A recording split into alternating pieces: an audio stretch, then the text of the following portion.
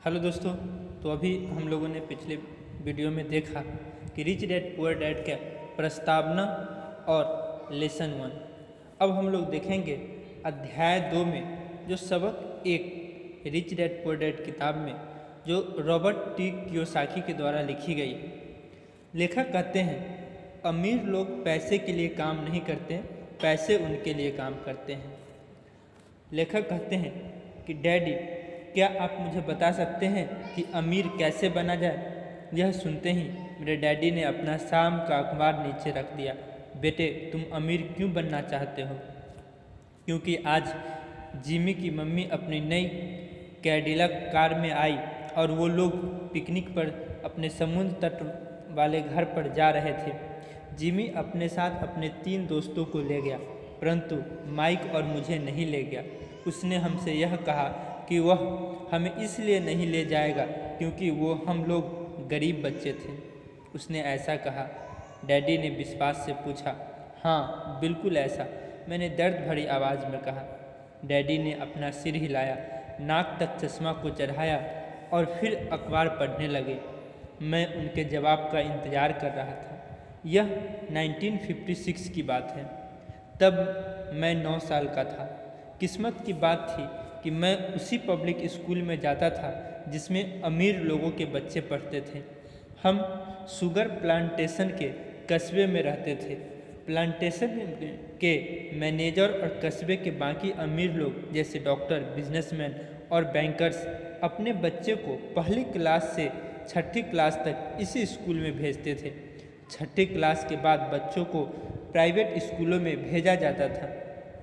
अगर मेरा परिवार सड़क के दूसरे छोर पर रह रहा होता तो मुझे अलग तरह के स्कूल में भेजा जाता जहां मेरे जैसे परिवार के बच्चे पढ़ते थे। 6ठी क्लास के बाद इन बच्चों की तरह मैंने भी पब्लिक, इंटरमीडिएट और हाई स्कूल किया होता, क्योंकि उनकी ही तरह मेरे लिए भी प्राइवेट स्कूल में जाना संभव नहीं था। मेरे डैडी ने आखिर अखबार को रख दिया। मुझे पता था कि वो क्या सोच रहे थे। उन्होंने धीमी से शुरुआत की। अगर तुम अमीर बनना चाहते हो तो तुम्हें पैसे बनाना सीखना चाहिए। मैंने पूछा, मैं पैसे बनाना किस तरह सीख सकता हूँ? अपने दिमाग के इस्तेमाल से उन्होंने मुस्कुराते हुए कहा, जिसका असली मतलब यह था, बस मैं तुम्हें इतना ही बता सकता हूँ या मैं इसका जवाब नहीं जानता, इसीलिए मुझे तंग मत करो। एक समझदारी हुई। अगली सुबह मैंने अपने सबसे अच्छे दोस्त माइकल को अपने डैडी की बातें बताई। जहाँ तक मुझे याद है उस स्कूल में मैं और माइकल ही 2 गरीब बच्चे थे। माइकल भी मेरी ही तरह था, क्योंकि वह भी किस्मत की वजह से ही उस स्कूल में था। ऐसा लगता था जैसे किसी ने कस्बे में स्कूलों की सरहदें तय कर दी थी और इसी कारण हम लोग अमीर बच्चों के स्कूल में पढ़ रहे थे। सच कहा जाए तो हम लोग गरीब नहीं थे, परंतु हमें ऐसा लगता था क्योंकि बाकी सभी बच्चों के पास नए बेसबॉल ग्लव्स, नई साइकिलें और हर चीज़ नई होती थी। मम्मी और डैडी ने हमें ज़रूरत की सभी चीज़ें दी थी, जैसे खाना, घर, कपड़े, लेकिन इससे ज़्यादा कुछ नहीं। मेरी डैडी कहा करते थे, अगर तुम्हें कोई चीज़ चाहिए तो उसके लिए काम करो। हमें बहुत सी चीज़ें चाहिए थी, लेकिन 9 साल के बच्चों के करने के लिए ज़्यादा काम मौजूद नहीं थे। माइकल ने पूछा, तो पैसा कमाने के लिए हमें क्या करना चाहिए? मैंने नहीं जानता, मैंने कहा, लेकिन क्या तुम इस काम में मेरे पार्टनर बनना चाहते हो? वह राजी हो गया और उस शनिवार की सुबह माइकल मेरा पहला बिजनेस पार्टनर बन गया था। लेखक कहते हैं, हम दोनों पूरी सुबह यही सोचते रहे कि पैसा किस तरीके कमाया जाए। कभी कभार हम उन बेफिक्र बच्चों के बारे में बातें करते रहते जो कि जिमी के समुद्र तट वाले घर पर मज़े कर रहे होंगे। इससे थोड़ी चोट पहुंचती थी, परंतु यह चोट अच्छी थी क्योंकि उसने हमें यह सोचने के लिए प्रेरित किया कि पैसे कैसे कमाया जाए। आखिरकार उस दोपहर को हमारे दिमाग में बिजली कौंध गई। यह एक ऐसा विचार था जो माइक ने किसी विज्ञान की किताब में पढ़ा था। रोमांचित होकर हमने अपने साथ मिलाए और पार्टनरशिप के पास अब एक बिजनेस था। अगले हफ्ते तक मैं और माइकल आसपास के इलाके में दौड़ भाग करते रहे। हम दरवाजे पर दस्तक देते थे और पड़ोसियों से कहते थे कि वो अपने इस्तेमाल किए हुए टूथपेस्ट ट्यूब हमारे लिए रख लें। हैरत से हमें देखते हुए ज़्यादातर लोगों ने मुस्कुराकर हमारी बात मान ली। कुछ ने हमारे पूछा कि हमें टूथपेस्ट ट्यूब क्यों चाहिए। उसके जवाब में हमने कहा, हम आपको यह नहीं बता सकते, यह एक बिजनेस सीक्रेट है। सप्ताह गुजरते गए और मेरी माँ बहुत दुखी हो गई। अपने कच्चे माल को इकट्ठा करने के लिए हमने जो जगह चुनी थी वह उनकी वॉशिंग मशीन के ठीक पास थी। एक भूरे कार्डबोर्ड के डिब्बे में जिसमें कभी केचप की बोतलें रखी रहती थी, हमारे इस्तेमाल किए हुए टूथपेस्ट के ट्यूब की संख्या बढ़ने लगी। आखिर एक दिन माँ के सब्र का बांध टूट गया। पड़ोसी के मुड़े तुड़े और इस्तेमाल किए हुए टूथपेस्ट ट्यूब को देखते देखते वो उब गई थी। उन्होंने पूछा, तुम लोग कर क्या रहे हो? और मैं यह नहीं सुनना चाहती कि यह एक बिजनेस सीक्रेट है।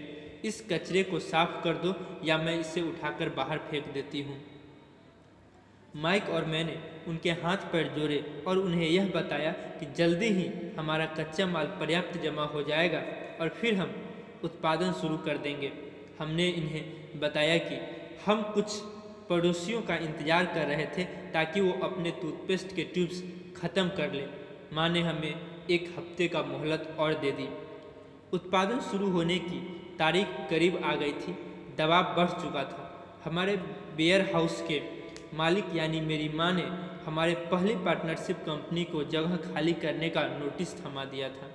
अब माइक का काम यह था कि पड़ोसियों को अपने टूथपेस्ट जल्दी ख़त्म करने के लिए कहे और साथ में यह भी जोड़ दे, दांत के डॉक्टरों का कहना है कि दिन में कई बार ब्रश करना चाहिए। मैं उत्पादन की प्रक्रिया को ठीक ठाक करने में जुट गया। एक दिन मेरी डैडी अपने एक दोस्त के साथ कार में बैठकर पोर्च में आए और उनके आश्चर्य का ठिकाना नहीं रहा जब उन्होंने वहां 9 साल के 2 बच्चे को उत्पादन की प्रक्रिया में पूरी गति से जुटे देखा। हर जगह बारीक सफ़ेद पाउडर बिखरा हुआ था। एक लंबी मेज पर स्कूल से लाए गए दूध के छोटे कार्टन थे और हमारे परिवार की हिवाची गिल लाल दहकते कोयले के साथ अधिकतम गर्मी पर जल रही थी। डैडी सावधानी से चलकर हमारे करीब आए क्योंकि हमारे उत्पादन की प्रक्रिया ने पोर्च पर करना कर लिया था, इसीलिए उन्हें कार बाहर ही खड़ी करनी पड़ी। जब वो और उनके दोस्त पास आए तो उन्होंने कोयले के ऊपर रखा एक स्टील का बर्तन देखा जिसमें टूथपेस्ट के ट्यूब पिघल रहे थे। उन दिनों टूथपेस्ट प्लास्टिक के ट्यूब में नहीं आते थे, ट्यूब शीशे के बने होते थे। एक बार पेंट पर जल जाने पर हम ट्यूब को स्टील के बर्तन में डाल देते थे ताकि वह पिघलकर द्रव रूप में आ सके। इस पिघले हुए शीशे को हम छोटे छेद वाले दूध के कार्टन में डाल दे रहे थे। दूध के इन कार्टूनों में प्लास्टर ऑफ पेरिस भरा था। हर तरफ फैला सफ़ेद पाउडर प्लास्टर ही था जिसमें हमने पानी मिलाया था। जल्दबाजी में मैंने उसके बैग को गिरा दिया था और पूरी ज़मीन ऐसी लग रही थी जैसे वहाँ अभी अभी बर्फ़ का तूफान आया हो। दूध के कार्टन बाहरी बक्से थे जिसने भीतर प्लास्टर ऑफ पेरिस के सांचे थे। मेरे डैडी और उनके दोस्त हमें देखते रहे और हम पिघले हुए शीशे को प्लास्टर ऑफ पेरिस के क्यूब में ऊपर छोटे से छेद में डालते रहे। संभल कर मेरे डैडी ने कहा। मैंने बिना सिर उठाए हामी भर दी। आखिरकार जब शीशे को डालने का काम खत्म हो गया तो मैंने स्टील के बर्तन को नीचे रख दिया और फिर अपने डैडी की तरफ देखकर मुस्कुराया। उन्होंने हल्की मुस्कान के साथ पूछा, तुम लोग क्या कर रहे हो? हम वही कर रहे हैं जो आपने बताया था, हम अमीर बनने जा रहे हैं। मैंने कहा। हाँ, माइक ने सिर को हिलाते हुए और मुस्कुराते हुए कहा। हम दोनों पार्टनर हैं। डैडी ने पूछा, और इन प्लास्टर के सांचों में क्या है? देखिए, मैंने कहा, इसमें एक बहुत अच्छी चीज़ है। छोटे हथौड़े से मैंने सील को ठोका जिससे बाहरी खोल टूट गया। सावधानी से मैंने ऊपर के आधे प्लास्टर को हटाया और जस्ते का एक सिक्का बाहर गिर गया। हे भगवान, मेरे डैडी ने कहा। तो तुम लोग जस्ते के सिक्के ढाल रहे थे? बिल्कुल सही, माइक ने कहा। हम वही कर रहे थे जैसे आपने हमसे कहा था। हम पैसे बना रहे थे। मेरे डैडी के दोस्त जोर से हंसने लगे। मेरे डैडी भी मुस्कुराए और उन्होंने अपना सिर हिलाया। उनके सामने आग और टूथपेस्ट की ट्यूब के बक्से के साथ सफ़ेद धूल में लिपटे हुए 2 बच्चे खड़े थे, जो इस काम से उस कान तक खुलकर मुस्कुरा रहे थे। उन्होंने हमसे कहा कि हम सब कुछ छोड़कर उनके साथ चले और घर के सामने वाली सीढ़ी पर बैठे। मुस्कुराते हुए उन्होंने हमें जालसाजी शब्द का मतलब समझाया। हमारे सपने धराशाही हो गए थे। तो आपका मतलब है कि यह गैर कानूनी है? माइक ने कांपती हुई आवाज़ में पूछा। छोरो भी, डैडी के दोस्त ने कहा। हो सकता है कि बच्चे अपनी जन्मजात प्रतिभा को विकसित कर रहे हो। मेरे डैडी उन्हें घूरते रहे। हाँ, यह गैर कानूनी है, डैडी ने नरमी से कहा। परंतु तुम लोगों ने यह साबित कर दिया है कि तुम में बहुत ज़्यादा रचनात्मक और मौलिक विचार हैं। इसी तरह आगे बढ़ते रहो। मुझे तुम पर गर्व है। निराश होकर माइक और मैं तकरीबन 20 मिनट तक चुपचाप अपना सिर पकड़कर बैठे रहे। इसके बाद हमने सारा अटाला साफ करना शुरू किया। पहले ही दिन हमारा बिजनेस चौपट हो गया था। पाउडर साफ करते हुए मैंने माइक की ओर देखा और कहा, मुझे लगता है जिमी और उसके दोस्त ठीक कहते हैं, हम सचमुच गरीब हैं। जब मैंने यह कहा तब डैडी बस जाने ही वाले थे। बच्चों, उन्होंने कहा, तुम गरीब तभी कहलाओगे जब तुम लोग हार मान लोगे।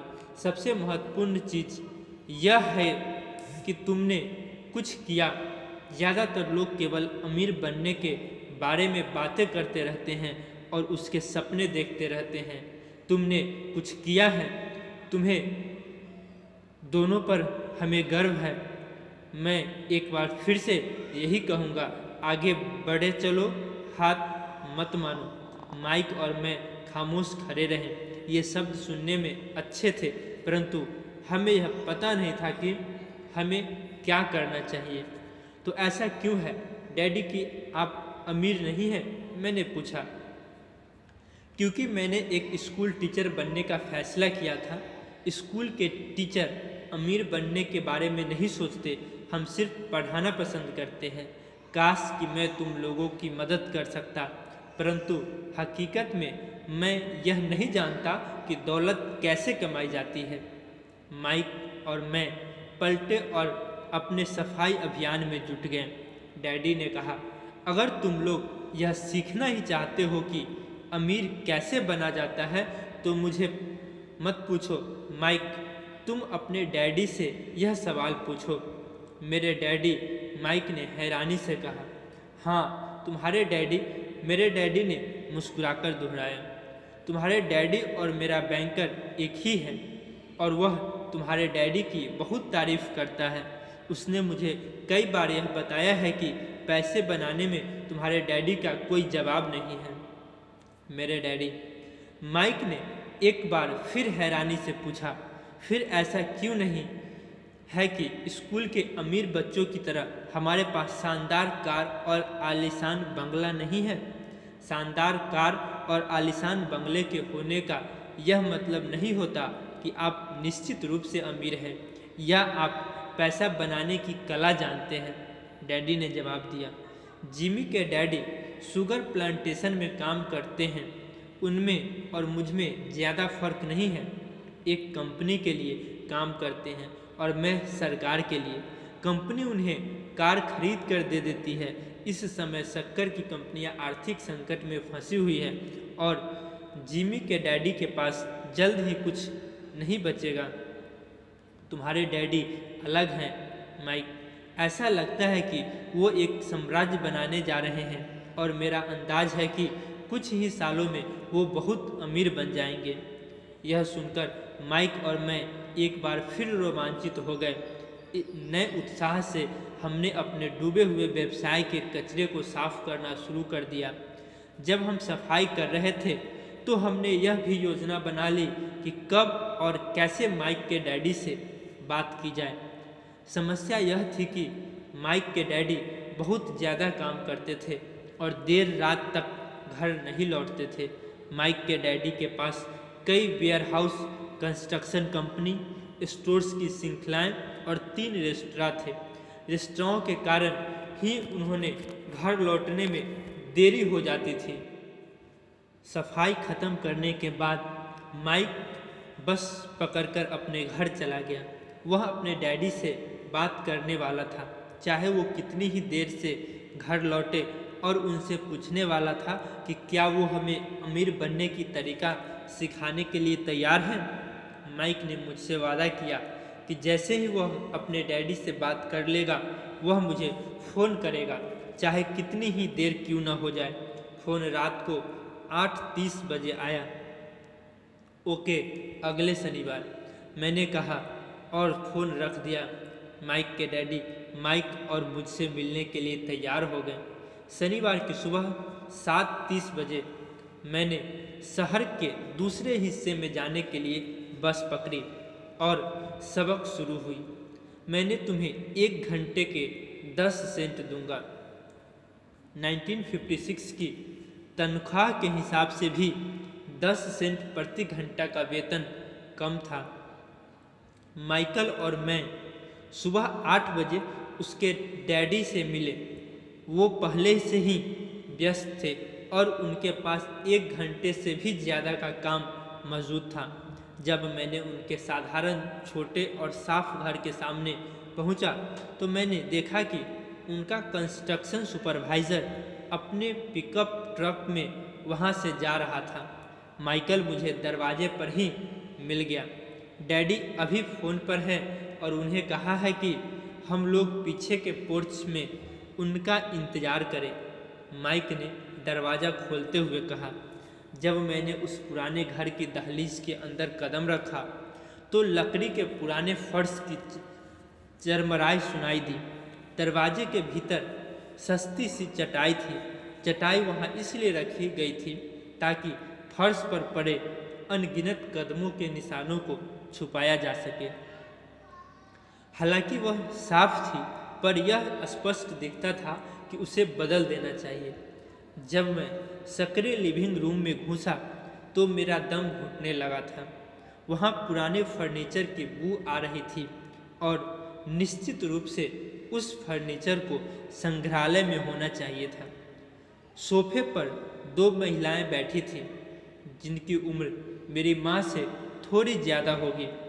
महिलाओं के सामने एक पुरुष मजदूर के कपड़ों में बैठा हुआ था। उसने खाकी पैंट और खाकी शर्ट पहन रखा था। हालांकि कपड़े साफ और प्रेस किए थे, परंतु उनमें स्टार्च नहीं किया गया था। उस आदमी की उम्र मेरी डैडी से लगभग 10 साल ज़्यादा होगी, शायद 45 साल। जब मैं और माइक उनके पास से गुजरते हुए किचन की तरफ गए, जहाँ से पोर्च का रास्ता था, तो वो मुस्कुराए। मैं भी जवाब में शर्माकर मुस्कुरा दिया। ये लोग कौन हैं? मैंने पूछा। अरे, ये लोग डैडी के लिए काम करते हैं। बूढ़ा व्यक्ति उनके वेयर हाउस को संभालता है और महिलाएं रेस्तरां को मैनेजर हैं। और तुमने उस कंस्ट्रक्शन सुपरवाइज़र को तो देखा ही होगा जो यहाँ से 50 मील दूर एक सड़क परियोजना पर काम कर रहा है। उनका दूसरा सुपरवाइज़र जो बहुत से घर बना रहा है, वह तुम्हारे सामने के पहले ही जा चुका है। क्या ऐसा हमेशा ही होता है? मैंने पूछा। हमेशा तो नहीं, पर अक्सर ऐसा ही होता है, माइक ने कहा और मेरे पास अपनी कुर्सी खींचते हुए वह मुस्कुराया। मैंने उनसे पूछा था कि क्या वो हमें पैसे बनाना सिखाएंगे। माइक ने मुझे बताया। अच्छा, और उन्होंने इसका क्या जवाब दिया? मैंने सावधानीपूर्वक उत्साह से पूछा। पहले तो उनके चेहरे पर हंसी आई, फिर कुछ सोचकर उन्होंने कहा कि वो हमारे सामने एक ऑफ़र रखेंगे। अच्छा, मैंने कहा, और अपनी कुर्सी की पीठ दीवार से टिका ली। मैं वहाँ कुर्सी के पिछले 2 पैरों के सहारे टिका बैठा रहा। माइक ने भी ऐसा ही किया। क्या तुम्हें पता है कि वो कौन सा ऑफर देने वाले हैं? मैंने पूछा। नहीं, पर हमें जल्दी ही इसका पता चल जाएगा। अचानक माइक के डैडी उस पुराने दरवाजे से घुसकर पोर्च में दाखिल हुए। माइक और मैं अपने पैरों पर कूद गए। आदर के कारण नहीं, बल्कि इसलिए कि हम चौंक गए थे। तो बच्चों, तैयार हो? माइक के डैडी ने एक कुर्सी हमारे पास खिसकाते हुए पूछा। हमने अपने सिर हिलाए और अपनी कुर्सियों को दीवार के पास से खींचकर उनके सामने रख लिया। वो एक विशाल शरीर के मालिक थे, लगभग 6 फीट ऊंचे और 200 पाउंड वजनी। मेरे डैडी इससे ऊंचे थे, लगभग इसी वजन के, और माइक के डैडी से 5 साल बड़े। वो लगभग एक जैसे ही थे, हालांकि दोनों एक ही प्रजाति के नहीं थे। हो सकता है कि उनकी ऊर्जा एक सी हो। माइक का कहना है कि तुम पैसा कमाना सीखना चाहते हो। क्या यह सही है, रॉबर्ट? मैंने तत्काल सहमति में अपना सिर हिलाया, हालांकि मुझे थोड़ा सा डर भी लग रहा था। उनके शब्दों और मुस्कुराहट के पीछे बहुत ताकत थी। अच्छा, यह रहा मेरा ऑफर। मैं तुम्हें सिखाऊंगा, लेकिन मैं ऐसा क्लासरूम की शैली में नहीं करूंगा। अगर तुम मेरे लिए काम करोगे तो उसके बदले मैं तुम्हें सिखाऊंगा। तुम मेरे लिए काम नहीं करोगे तो मैं तुम्हें नहीं सिखाऊंगा। अगर तुम काम करते हो तो मैं तुम्हें ज़्यादा तेज़ी से सिखा सकता हूँ, और अगर तुम सिर्फ बैठकर मेरी बातें सुनते हो जैसे कि तुम लोग स्कूल में करते हो, तो इससे मेरा समय बर्बाद होगा। यह मेरा ऑफर है, इसे या तो मान लो या फिर वापस लौट जाओ। क्या मैं आपसे पहले एक सवाल कर सकता हूँ? मैंने पूछा। नहीं, इसे या तो मान लो या फिर वापस लौट जाओ। मेरे पास बर्बाद करने के लिए फालतू समय नहीं है। अभी ढेर सा काम पड़ा हुआ है। अगर तुम में तत्काल फैसला करने की क्षमता नहीं है तो तुम कभी पैसे कमाना नहीं सीख पाओगे। मौके आते हैं और चले जाते हैं, इसीलिए तत्काल निर्णय लेने की क्षमता एक महत्वपूर्ण कला है। तुमने जैसा चाहा था वैसा एक मौका तुम्हारे सामने मौजूद है। अगले 10 सेकंड में या तो पढ़ाई शुरू हो जाएगी या फिर यह हमेशा के लिए ख़त्म हो जाएगी। माइक के डैडी ने चिढ़ाने वाली मुस्कुराहट के साथ कहा। मंजूर, मैंने कहा। मंजूर, माइक ने कहा। बहुत बढ़िया, माइक के डैडी ने कहा। 10 मिनट में मिसेस मार्टिन आ रही हैं। उनके बातें करने के बाद मैं तुम्हें उनके साथ भेज दूंगा और तुम लोगों का काम शुरू हो जाएगा। उनके बातें करने के बाद मैं हर घंटे के 10 सेंट दूंगा और तुम हर शनिवार 3 घंटे काम करोगे। पर आज तो मेरा सॉफ्टबॉल का मैच है, मैंने कहा। माइक के डैडी ने कहा, अपनी आवाज़ को धीमी परंतु कड़क करके कहा।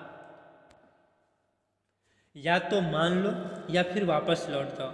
मान लिया, मैंने जवाब दिया। सॉफ्टबॉल खेलने के बजाय काम करने और सीखने का विकल्प चुनने में ही समझदारी थी। 30 सेंट बाद शनिवार की खुशनुमा सुबह 9 बजे माइक और मैं मिसेज मार्टिन के साथ काम कर रहे थे। वो एक दयालु और धैर्यवान महिला थी। वो हमेशा कहा करती थी कि माइक और मुझे देखकर उन्हें अपने दोनों बच्चों की याद आ जाती है जो अब बड़े हो गए थे तथा दूर चले गए थे। हालांकि वो दयालु थी, परंतु वो कड़ी मेहनत में विश्वास करती थी और इसीलिए वो हमें हमेशा काम में जुटाए रखती थी। वो बहुत कड़क मैनेजर थी। हम 3 घंटे तक डिब्बा बंद सामानों को शेल्फ पर से उतारते थे, उनकी धूल साफ करते थे और फिर उन्हें करीने से जमाते थे। यह बड़ी मेहनत का काम था और बोरियत भरा भी। माइक के डैडी को मैं अपना अमीर डैडी कहता था।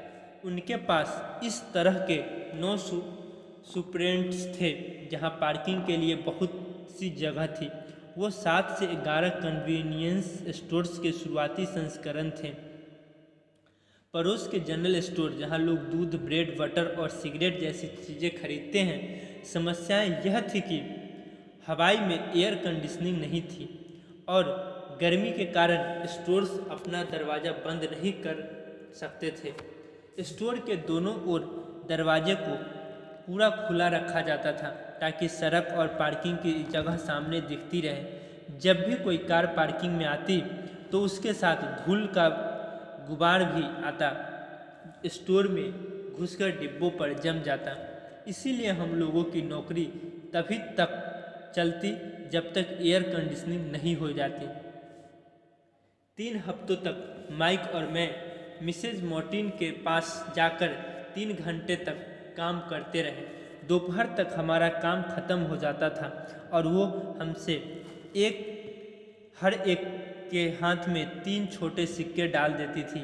उस समय 50 के दशक में 9 साल की उम्र में भी 30 सेंट कमाने में कोई खास खुशी नहीं होती थी। तब कॉमिक्स की कीमत 10 सेंट हुआ करती थी। इसीलिए मैं अपनी कमाई को कॉमिक्स पर खर्च कर देता था और घर लौट जाता था। चौथे हफ्ते के बुधवार तक मैंने काम छोड़ने का मन बना लिया था।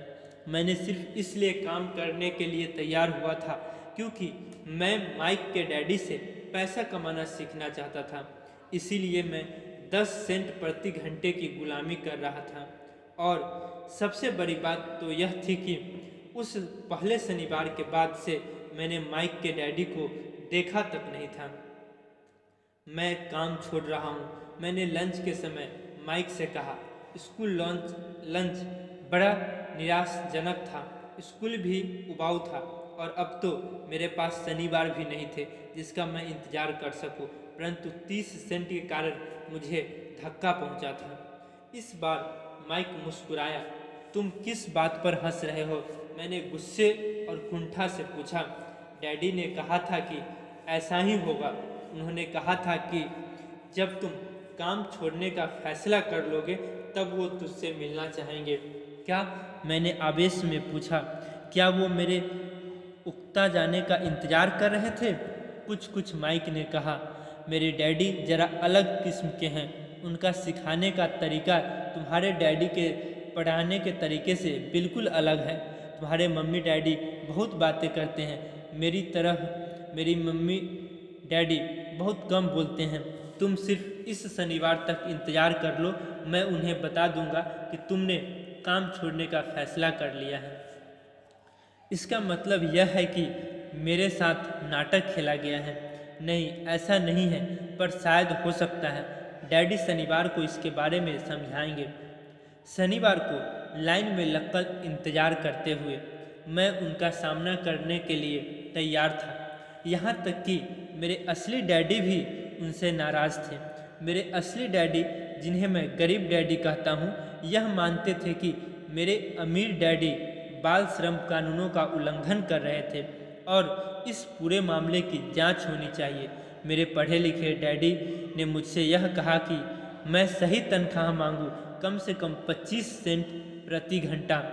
मेरे गरीब डैडी ने मुझसे कहा कि अगर मेरी तनख्वाह नहीं बढ़ती है तो मुझे तत्काल नौकरी छोड़ देनी चाहिए और वैसे भी तुम्हें उस घटिया काम करने की ज़रूरत नहीं है। मेरे डैडी ने झल्लाकर कहा। शनिवार को सुबह 8 बजे मैं एक बार फिर माइक के घर के उसी पुराने दरवाजे के अंदर घुस रहा था। कुर्सी पर बैठो और लाइन में इंतज़ार करो, माइक के डैडी ने मेरे गुस्से घूरते हुए कहा। फिर वो अंदर जाकर अपने छोटे से ऑफिस में बैठ गए जो बेडरूम के पास था। मैंने कमरे में चारों तरफ देखा परंतु मुझे माइक नहीं दिखा। अजीब सा महसूस करते हुए मैं उन्हें दोनों महिलाओं के बगल में बैठ गया जो मुझे 4 हफ्ते पहले वहाँ पर मिली थी। वो मुस्कुराई और सोफे पर थोड़ी सी खिसक गई ताकि मैं भी बैठ सकूं। 45 मिनट गुजर गए थे और मैं उबल रहा था। दोनों महिलाएं उनसे मिलकर तकरीबन 30 मिनट पहले वहाँ से जा चुकी थी। एक बूढ़ा सा आदमी वहाँ 20 मिनट तक बैठा और फिर वह भी निकलकर चला गया। घर खाली था और हवाई में खुशनुमा सुबह को मैं सिलन भरे अंधेरे लिविंग रूम में बैठा हुआ था। और इस बात का इंतज़ार कर रहा था कि एक लालची और बच्चों का शोषण करने वाला आदमी मुझसे बातें करे। मैं सुन सकता था कि वो फ़ोन पर बातें कर रहे थे। ऑफिस में इधर उधर वो काम कर रहे थे और मुझे नज़रअंदाज कर रहे थे। मेरी इच्छा तो हो रही थी कि मैं उस घमंडी आदमी से बिना मिले ही घर लौट जाऊं, पर किसी वजह से मैं रुक गया। आखिर 15 मिनट बाद ठीक 9 बजे अमीर डैडी अपने ऑफिस से बाहर निकले।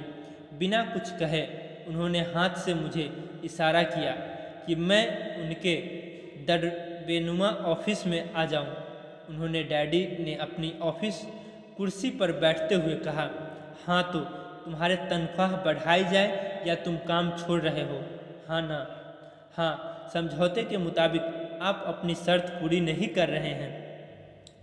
मैंने लगभग आंसुओं से भीगे स्वर में कहा, 9 साल के बच्चे के लिए एक वयस्क का सामना करना बहुत ज़्यादा डरावना था।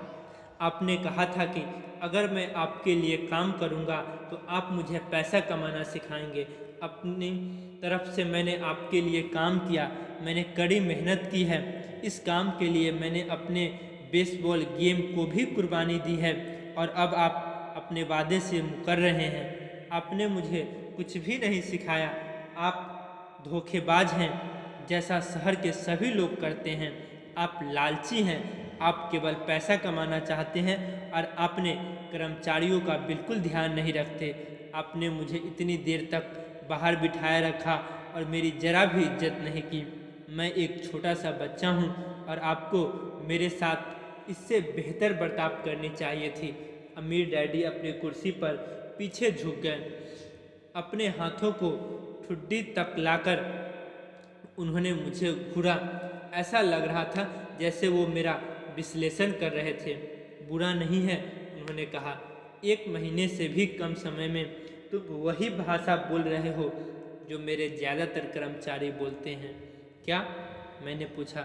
मैं समझ नहीं पा रहा था कि वो क्या कह रहे हैं और इसीलिए मैंने अपना दुखड़ा रोना चालू रखा। मुझे लगता था कि आप अपने वादे पर कायम रहेंगे और मुझे कुछ सिखाएंगे। इसके बजाय आप तो मुझ पर अत्याचार करना चाहते हैं। यह तो जुल्म है, सरासर जुल्म। मैं तुम्हें सिखा तो रहा हूँ, अमीर डैडी ने धीमी आवाज़ में कहा। आपने मुझे क्या सिखाया है? कुछ भी नहीं, मैंने गुस्से से कहा। एक बार मैं चंद सिक्कों में काम करने के लिए तैयार हो गया, उसके बाद तो आपने मुझसे बात तक नहीं की। 10 सेंट प्रति घंटा मैं आपकी शिकायत सरकार से करूंगा। हमारे देश में भी बाल श्रम कानून है। आप तो जानते ही हैं कि मेरे डैडी सरकार के लिए काम करते हैं। शाबाश, अमीर डैडी ने कहा। अब तुम उन ज़्यादातर लोगों की भाषा बोल रहे हो जो कभी मेरे लिए काम करते थे।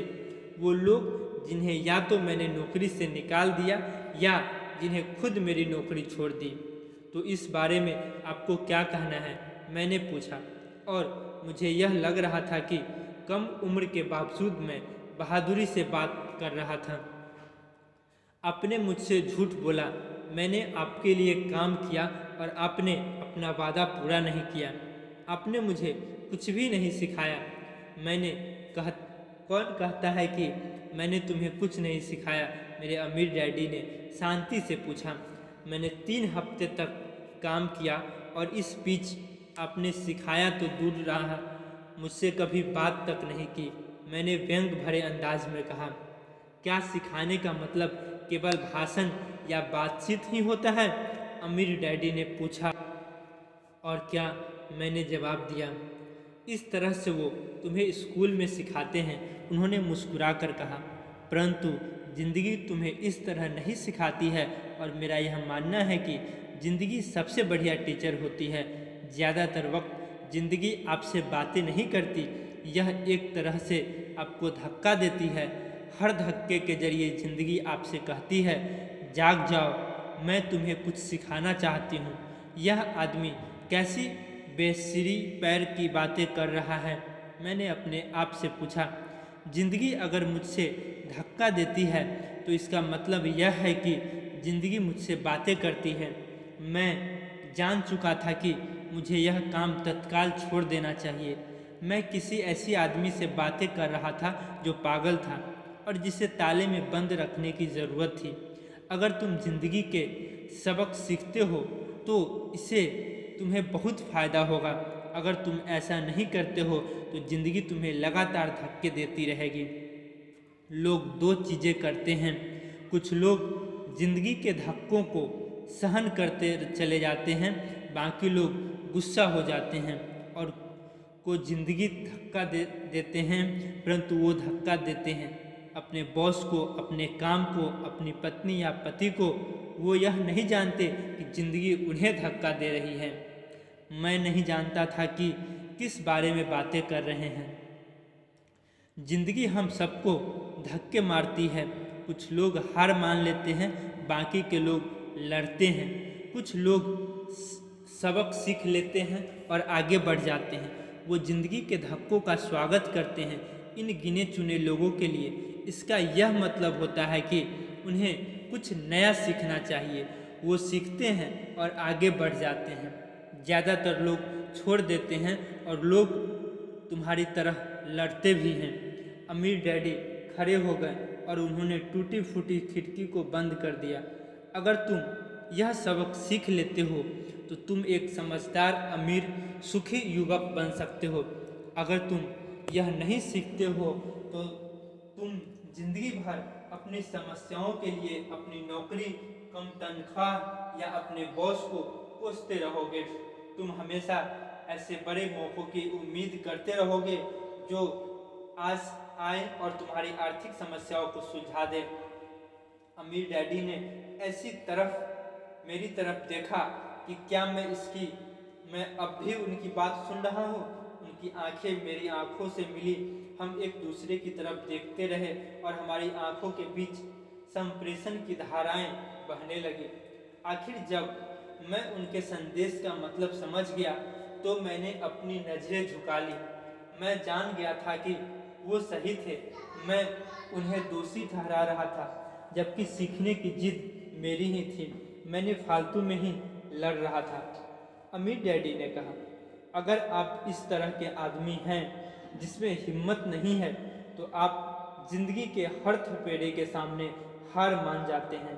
अगर आप इस किस्म के आदमी हैं तो आप जिंदगी भर सुरक्षित खेल खेलते रहेंगे, यही सही चीज़ें करते रहेंगे और किसी ऐसे वक्त का इंतज़ार करते रहेंगे जो आने वाला नहीं है, और फिर आप एक बोरिंग बुढ़े की तरह मर जाएंगे। आपके बहुत से दोस्त होंगे जो आपकी सिर्फ इसलिए तारीफ करेंगे क्योंकि आप एक मेहनती और भले आदमी थे। आपने अपनी ज़िंदगी सुरक्षित खेल खेलने और सही चीज़ें करने में गुजार दी, परंतु सच बात तो यह है कि आपने जिंदगी के थप्पड़ों के सामने घुटने टेक दिए। आप खतरा मोल लेने की कल्पना तक से डरते हैं। हकीकत में तो आप जीतना चाहते हैं, परंतु आपके लिए हारने का डर जीतने के रोमांच से ज़्यादा ताकतवर साबित हुआ। अंदर से आप और केवल आप जान पाएंगे कि आपने कभी जीतने की कोशिश नहीं की। आपने सुरक्षित खेल खेलने का विकल्प चुना। हमारी नज़रें एक बार फिर मिली। 10 सेकंड तक हम एक दूसरे की तरफ देखते रहे और एक बार फिर मैंने तभी नज़रें हटाई जब उनकी बात का मतलब समझ आया। आप मुझे धक्के दे रहे थे, मैंने पूछा। कुछ लोग ऐसा कह सकते हैं, अमीर डैडी मुस्कुराए। मैं तो यही कहूँगा कि मैं तुम्हें जिंदगी का स्वाद चखा रहा था। कैसा स्वाद? मैंने पूछा। मैं अब भी गुस्सा था, परंतु अब मेरा जिज्ञासा भी जाग गई थी। अब मैं सीखने के लिए भी तैयार था। तुम दोनों ऐसे पहले लोग हो जिन्होंने मुझसे पैसे बनाने की कला सीखने का आग्रह किया। मेरे पास 150 से भी ज़्यादा कर्मचारी है, पर उनमें से एक ने भी मुझसे पैसे कमाने की कला के बारे में कभी नहीं पूछा। वो मुझसे नौकरी मांगते हैं, तनख्वाह मांगते हैं, परंतु पैसा बनाने की कला नहीं सीखना चाहते। तो ज़्यादातर लोग इसी तरह अपनी ज़िंदगी के सबक बेहतरीन साल पैसे के लिए काम करने में बर्बाद कर देते हैं और आखिर तक यही समझ नहीं पाएंगे कि दरअसल वो किसके लिए काम कर रहे हैं। मैं पूरा ध्यान लगाकर उनकी बात सुनता रहा। तो जब माइक ने मुझसे कहा कि तुम पैसा कमाने की कला सीखना चाहते हो, तो मैंने एक ऐसा कोर्स तैयार किया है जो असली ज़िंदगी के करीब था। मैं बोलते बोलते थक जाता, परंतु तुम कभी मेरी बात का मतलब नहीं समझ पाते। इसीलिए मैंने यह फैसला किया कि तुम्हें ज़िंदगी के थप्पड़ों का स्वाद चखा दिया जाए, ताकि तुम मेरी बात सुन भी सको और समझ भी सको। इसी कारण मैंने तुम्हें 1 घंटे के 10 सेंट दिए थे। तो 10 सेंट प्रति घंटे काम करने के बाद मैंने क्या सीखा? मैंने पूछा, यह कि आप घटिया हैं और अपने कर्मचारियों का शोषण करते हैं। अमीर डैडी अपनी कुर्सी पर पीछे की तरफ झुकते हुए जोर से हंसने लगे। जबकि उनकी हंसी बंद हुई तो उन्होंने कहा, अच्छा होगा अगर तुम अपना सोचने का नज़रिया बदल लो। मुझे समस्याएं मत मानो, मुझे दोष देना छोड़ दो।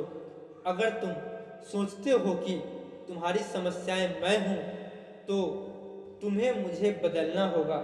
इसके बजाय अगर तुम यह लगता है कि तुम्हारी समस्याएं तुम खुद हो, तो तुम खुद को बदल सकते हो, सीख सकते हो और ज़्यादा समझदार बन सकते हो। ज़्यादातर लोग चाहते हैं कि दुनिया का हर आदमी बदल जाए, बस वह खुद ही न बदले।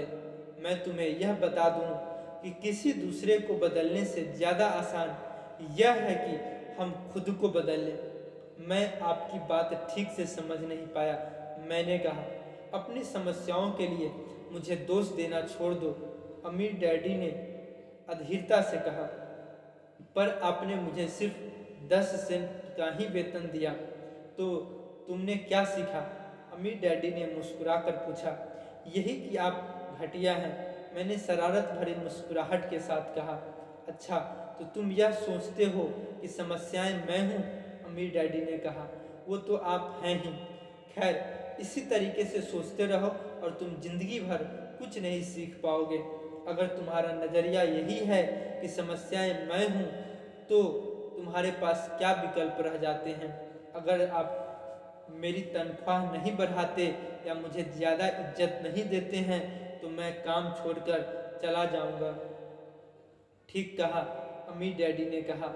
और ज़्यादातर लोग यही करते हैं, वो काम छोड़कर चले जाते हैं और दूसरी नौकरी की तलाश करते हैं, जहां उन्हें बेहतर मौके और ज़्यादा अच्छी तनख्वाह मिले।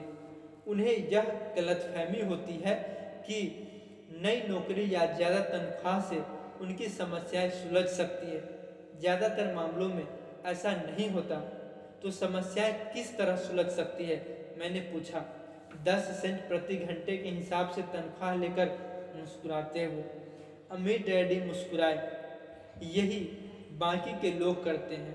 वो ये जानते हुए भी कि कम तनख्वाह में काम करते हैं, क्योंकि नौकरी छूट जाने पर उनका और उनके परिवार का पेट कैसे भरेगा। इसीलिए मन मसोड़ कर वो नौकरी करते हैं और यह सोचकर तनख्वाह बढ़ने का इंतजार करते हैं कि ज़्यादा पैसा आने से समस्याएं सुलझ जाएगी। ज़्यादा लोग ऐसा ही सोचते हैं और कड़ी मेहनत करते हुए दूसरी नौकरी भी कर लेते हैं, परंतु उसमें भी उन्हें तनख्वाह कम ही मिलती है। मैं फर्श को घूरता रहा। अब मैं अमीर डैडी के सबक के सबंश को समझने लगा था। मुझे यह एहसास हो गया था कि यह जिंदगी का स्वाद है।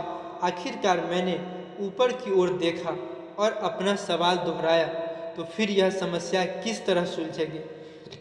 यह सवाल के जवाब में अमीर डैडी ने मुझे वह बेशकीमती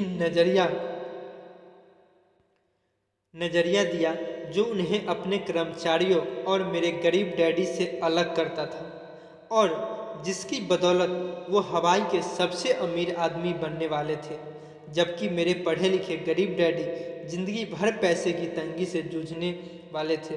यह एक अद्भुत नज़रिया था जिसने मेरी ज़िंदगी का नक्शा ही बदल दिया। अमीर डैडी ने बार बार मुझसे यह नज़रिया याद दिलाया जिसे मैं पहला सबक कहूँगा। गरीब और मध्य वर्गीय लोग पैसे के लिए काम करते हैं, अमीरों के लिए पैसे काम करते हैं। मेरे गरीब डैडी ने जो शिक्षा मुझे दी थी, शनिवार को उस खुशनुमा सुबह मैं उसके बिल्कुल अलग नज़रिए सीख रहा था। 9 साल की उम्र में मैं यह समझ गया था कि दोनों ही डैडी चाहते थे कि मैं सीखूं। दोनों ही डैडी मुझे पढ़ने के लिए प्रेरित करते थे। फ़र्क सिर्फ इतना था कि दोनों के सुझाए विषय अलग अलग थे। मेरे पढ़े लिखे डैडी चाहते थे कि मैं वही करूं जो उन्होंने किया था। मेरे बेटे, मैं चाहता हूं कि तुम मेहनत से पढ़ो, अच्छे नंबर लाओ ताकि तुम्हें किसी बड़ी कंपनी में सुरक्षित नौकरी मिल सके, और यह अच्छी तरह देख लो कि इसमें बहुत से दूसरे लाभ हों। मेरे अमीर डैडी चाहते थे कि मैं यह सीखूं कि पैसे कैसे कमा सकते हैं ताकि मैं उससे अपने लिए काम करवा सकूं। यह सबक मुझे जीवन भर उनके मार्गदर्शन में सीखना था, न कि किसी क्लासरूम में। मेरे अमीर डैडी ने मेरा पहला सबक जारी रखा। मैं खुश हूँ कि तुम 10 सेंट प्रति घंटे के हिसाब से काम करने पर गुस्सा हो गए। अगर तुम गुस्सा नहीं हुए होते और तुम ऐसी खुशी खुशी करते रहते तो मैं तुझसे साफ कह देता कि मैं तुम्हें नहीं सिखा सकता। यह जान लो कि सच्ची शिक्षा में ऊर्जा, प्रबल भावना और ज़बरदस्त इच्छा की ज़रूरत होती है। गुस्से उस फॉर्मूले का एक बहुत बड़ा हिस्सा है, क्योंकि प्रबल भावना में गुस्से और प्रेम का समन्वय होता है। जब पैसे की बात आती है तो ज़्यादातर लोग सुरक्षित रास्ता खोजते हैं, इसीलिए प्रबल भावना उन्हें राह नहीं दिखा पाती। उन्हें राह दिखाता है उनका डर। तो यह इसलिए वो कम तनख्वाह पर काम करने के लिए राजी हो जाते हैं। मैंने पूछा। हाँ, अमीर डैडी ने कहा। कुछ लोग कहते हैं कि मैं लोग का शोषण करता हूँ क्योंकि मैं उन्हें उतनी तनख्वाह नहीं देता जितनी उन्हें अलग प्लांटेशन या सरकार की तरफ से मिलती है। मैं यही कहना चाहता हूँ कि लोग खुद अपना शोषण करते हैं, डरते वो हैं, मैं नहीं। पर क्या आपको नहीं लगता है कि आपको उन्हें ज़्यादा तनख्वाह देनी चाहिए? मैंने पूछा। मुझे ज़्यादा देने की ज़रूरत ही नहीं है, और इसके अलावा ज़्यादा पैसा मिलने से उनकी समस्याएं नहीं सुलझेगी। अपने डैडी को ही देख लो, वो बहुत सा पैसा कमाते हैं और फिर भी वो अपने बिलों का भुगतान नहीं कर पाते। दुनिया में ऐसे बहुत से लोग हैं जिन्हें अगर ज़्यादा पैसा मिल जाए तो वो ज़्यादा कर्ज में डूब जाएंगे। तो इसीलिए कारण अपने मुझे 10 सेंट प्रति घंटे की तनख्वाह दी। मैंने मुस्कुराते हुए कहा। यह सबक का हिस्सा था। बिल्कुल सही, अमीर डैडी ने मुस्कुराकर कहा। देखो, तुम्हारे डैडी स्कूल गए और उन्होंने बहुत बढ़िया शिक्षा इसलिए हासिल की ताकि उन्हें अच्छी तनख्वाह वाली नौकरी मिल सके, जो उन्हें मिल गई। परंतु उनके पास आज भी पैसे की तंगी है। ऐसा इसलिए है क्योंकि उन्होंने स्कूल में पैसे के बारे में कुछ भी नहीं सीखा, और सबसे बड़ी बात यह है कि वो पैसे के लिए काम करने में भरोसा करते हैं। और आप नहीं करते? मैंने पूछा। नहीं, सच पूछा जाए तो नहीं, अमीर डैडी ने कहा। अगर तुम पैसे के लिए काम करना सीखना चाहते हो तो स्कूल में ही रहो। यह सीखने के लिए उससे बढ़िया जगह कोई नहीं है। परंतु अगर तुम यह सीखना चाहते हो कि पैसा तुम्हारे लिए किस तरह काम करे तो यह मैं तुम्हें सिखा सकता हूँ, परंतु तभी जब तुम यह सीखना चाहो। क्या हर कोई यह नहीं सीखना चाहता? मैंने पूछा। नहीं, अमीर डैडी ने कहा। सिर्फ इसलिए क्योंकि पैसे के लिए काम करना ज़्यादा आसान है, खासकर तब जब पैसे के बारे में आपकी मूल भावनाएं डर हो। मैं समझ नहीं पाया। मैंने तो तैयारियां चढ़ाकर कहा। उसकी चिंता फिलहाल मत करो। अभी इतना ही समझ लो कि डर के कारण ही ज़्यादातर लोग अपनी नौकरी कर रहे हैं। अपने बिलों का भुगतान न कर पाने का डर, नौकरी से निकाल दिया जाएगा, इस बात का डर, पर्याप्त पैसा न होने का डर, एक बार फिर से शुरू करने का डर, यह किसी व्यवसाय को सीखने और पैसे के लिए काम करने की कीमत है। ज़्यादातर लोग पैसे के गुलाम बन जाते हैं और फिर वो अपने बॉस पर अपनी भड़ास निकालते हैं। तो आपकी नज़र में पैसे से अपने लिए काम करवाना एक बिल्कुल अलग विषय है, मैंने पूछा। बिल्कुल, अमीर डैडी ने जवाब दिया, बिल्कुल। शनिवार की उस खुशनुमा सुबह हवाई में हम लोग चुपचाप बैठे रहे। मेरे दोस्त उस समय लिटिल लीग बेसबॉल गेम शुरू कर ही रहे होंगे, पर किसी वजह से मैं खुश था कि मैं 10 सेंट प्रति घंटे के हिसाब से काम करने का फैसला किया था। मुझे लगा कि मैं कुछ ऐसा सीखने जा रहा था जो मेरे दोस्त स्कूल में कभी नहीं सीख पाएंगे। सीखने के लिए तैयार? अमीर डैडी ने पूछा। बिल्कुल, मैंने दांत निकाल कर कहा। मैंने अपना वादा निभाया है। मैंने तुम्हें दूर बैठे बैठे भी सिखाया है, अमीर डैडी ने कहा। 9 साल की उम्र में तुम्हें इस बात का पता चल चुका है कि पैसे के लिए काम करना कैसा होता है। अपने पिछले महीने तो 50 सालों से गुना कर लो और तुम्हें इस बात का अंदाज़ा हो जाएगा कि ज़्यादातर लोगों की ज़िंदगी किस तरह गुजरती है। मैं समझ नहीं पाया, मैंने कहा। जब तुम मुझसे मिलने के लिए लाइन में इंतज़ार कर रहे थे तो तुम्हें कैसा लग रहा था? एक बार नौकरी के लिए और दूसरी बार तनख्वाह बढ़ाने के लिए। भयानक, मैंने कहा। अगर तुम पैसे के लिए काम करने का विकल्प चुनते हो तो ज़्यादातर लोगों के लिए ज़िंदगी का मतलब यही होता है, अमीर डैडी ने कहा। और तुम्हें तब कैसा लगा था जब मिसेस मार्टिन ने तुम्हारे हाथ में 3 घंटे का काम के लिए 3 सिक्के थमाए थे? मुझे लगा था कि यह काफ़ी नहीं है। मुझे लग रहा था कि यह कुछ भी नहीं है। मैं निराश हुआ था, मैंने कहा। और यही ज़्यादातर कर्मचारियों को लगता है जब वो अपनी तनख्वाह के चेक को देखते हैं, खासकर तब जब उससे टैक्स और बाकी कटौतियाँ कर ली जाती हैं। कम से कम तुम्हें तो पूरी तनख्वाह मिलती थी, उन्हें तो पूरी तनख्वाह भी नहीं मिलती। आपका मतलब है कि ज़्यादातर कर्मचारियों को पूरी तनख्वाह नहीं मिलती? मैं हैरान था। नहीं, अमीर डैडी ने कहा। सरकार हमेशा अपना हिस्सा पहले ही ले लेती है। सरकार ऐसा कैसे करती है? मैंने पूछा। टैक्स, अमीर डैडी ने कहा। जब आप कमाते हैं तो आप पर टैक्स लगता है। जब आप खर्च करते हैं तब आप पर टैक्स लगता है। जब आप बचाते हैं तो आप पर टैक्स लगता है। जब आप मर जाते हैं तो भी आप पर टैक्स लगता है। लोग सरकार को ऐसा क्यों करने देते हैं? अमीर लोग ऐसा नहीं करने देते, अमीर डैडी ने मुस्कुरा कर कहा। परंतु गरीब और मध्य वर्गीय लोग ऐसा करने देते हैं। मैं दावा करता हूँ कि मैं तुम्हारे डैडी से ज़्यादा कमाता हूँ, परंतु वो ज़्यादा टैक्स चुकाते हैं। यह कैसे संभव है? मैंने पूछा। 9 साल का बच्चा इस अजीब आंकड़े को समझ नहीं पा रहा था। कोई आदमी सरकार को ऐसा करने की इजाज़त कैसे दे सकता है? अमीर डैडी चुपचाप बैठे रहे। मैं समझ गया कि वो चाहते थे कि मैं सुनूं, न कि उनसे फालतू के सवाल करूं। आखिर मैं शांत हो गया। जो मैंने सुना था वह मुझे अच्छा नहीं लगा था। मैं जानता था कि मेरे डैडी हमेशा टैक्स का रोते रहते हैं, परंतु दरअसल इस बारे में वो कुछ भी नहीं कर पाते थे। क्या जिंदगी उन्हें धक्का दे रही थी? अमीर डैडी मेरी तरफ देखते हुए अपनी कुर्सी में धीमे धीमे और खामोशी से हिलने लगे। सीखने के लिए तैयार?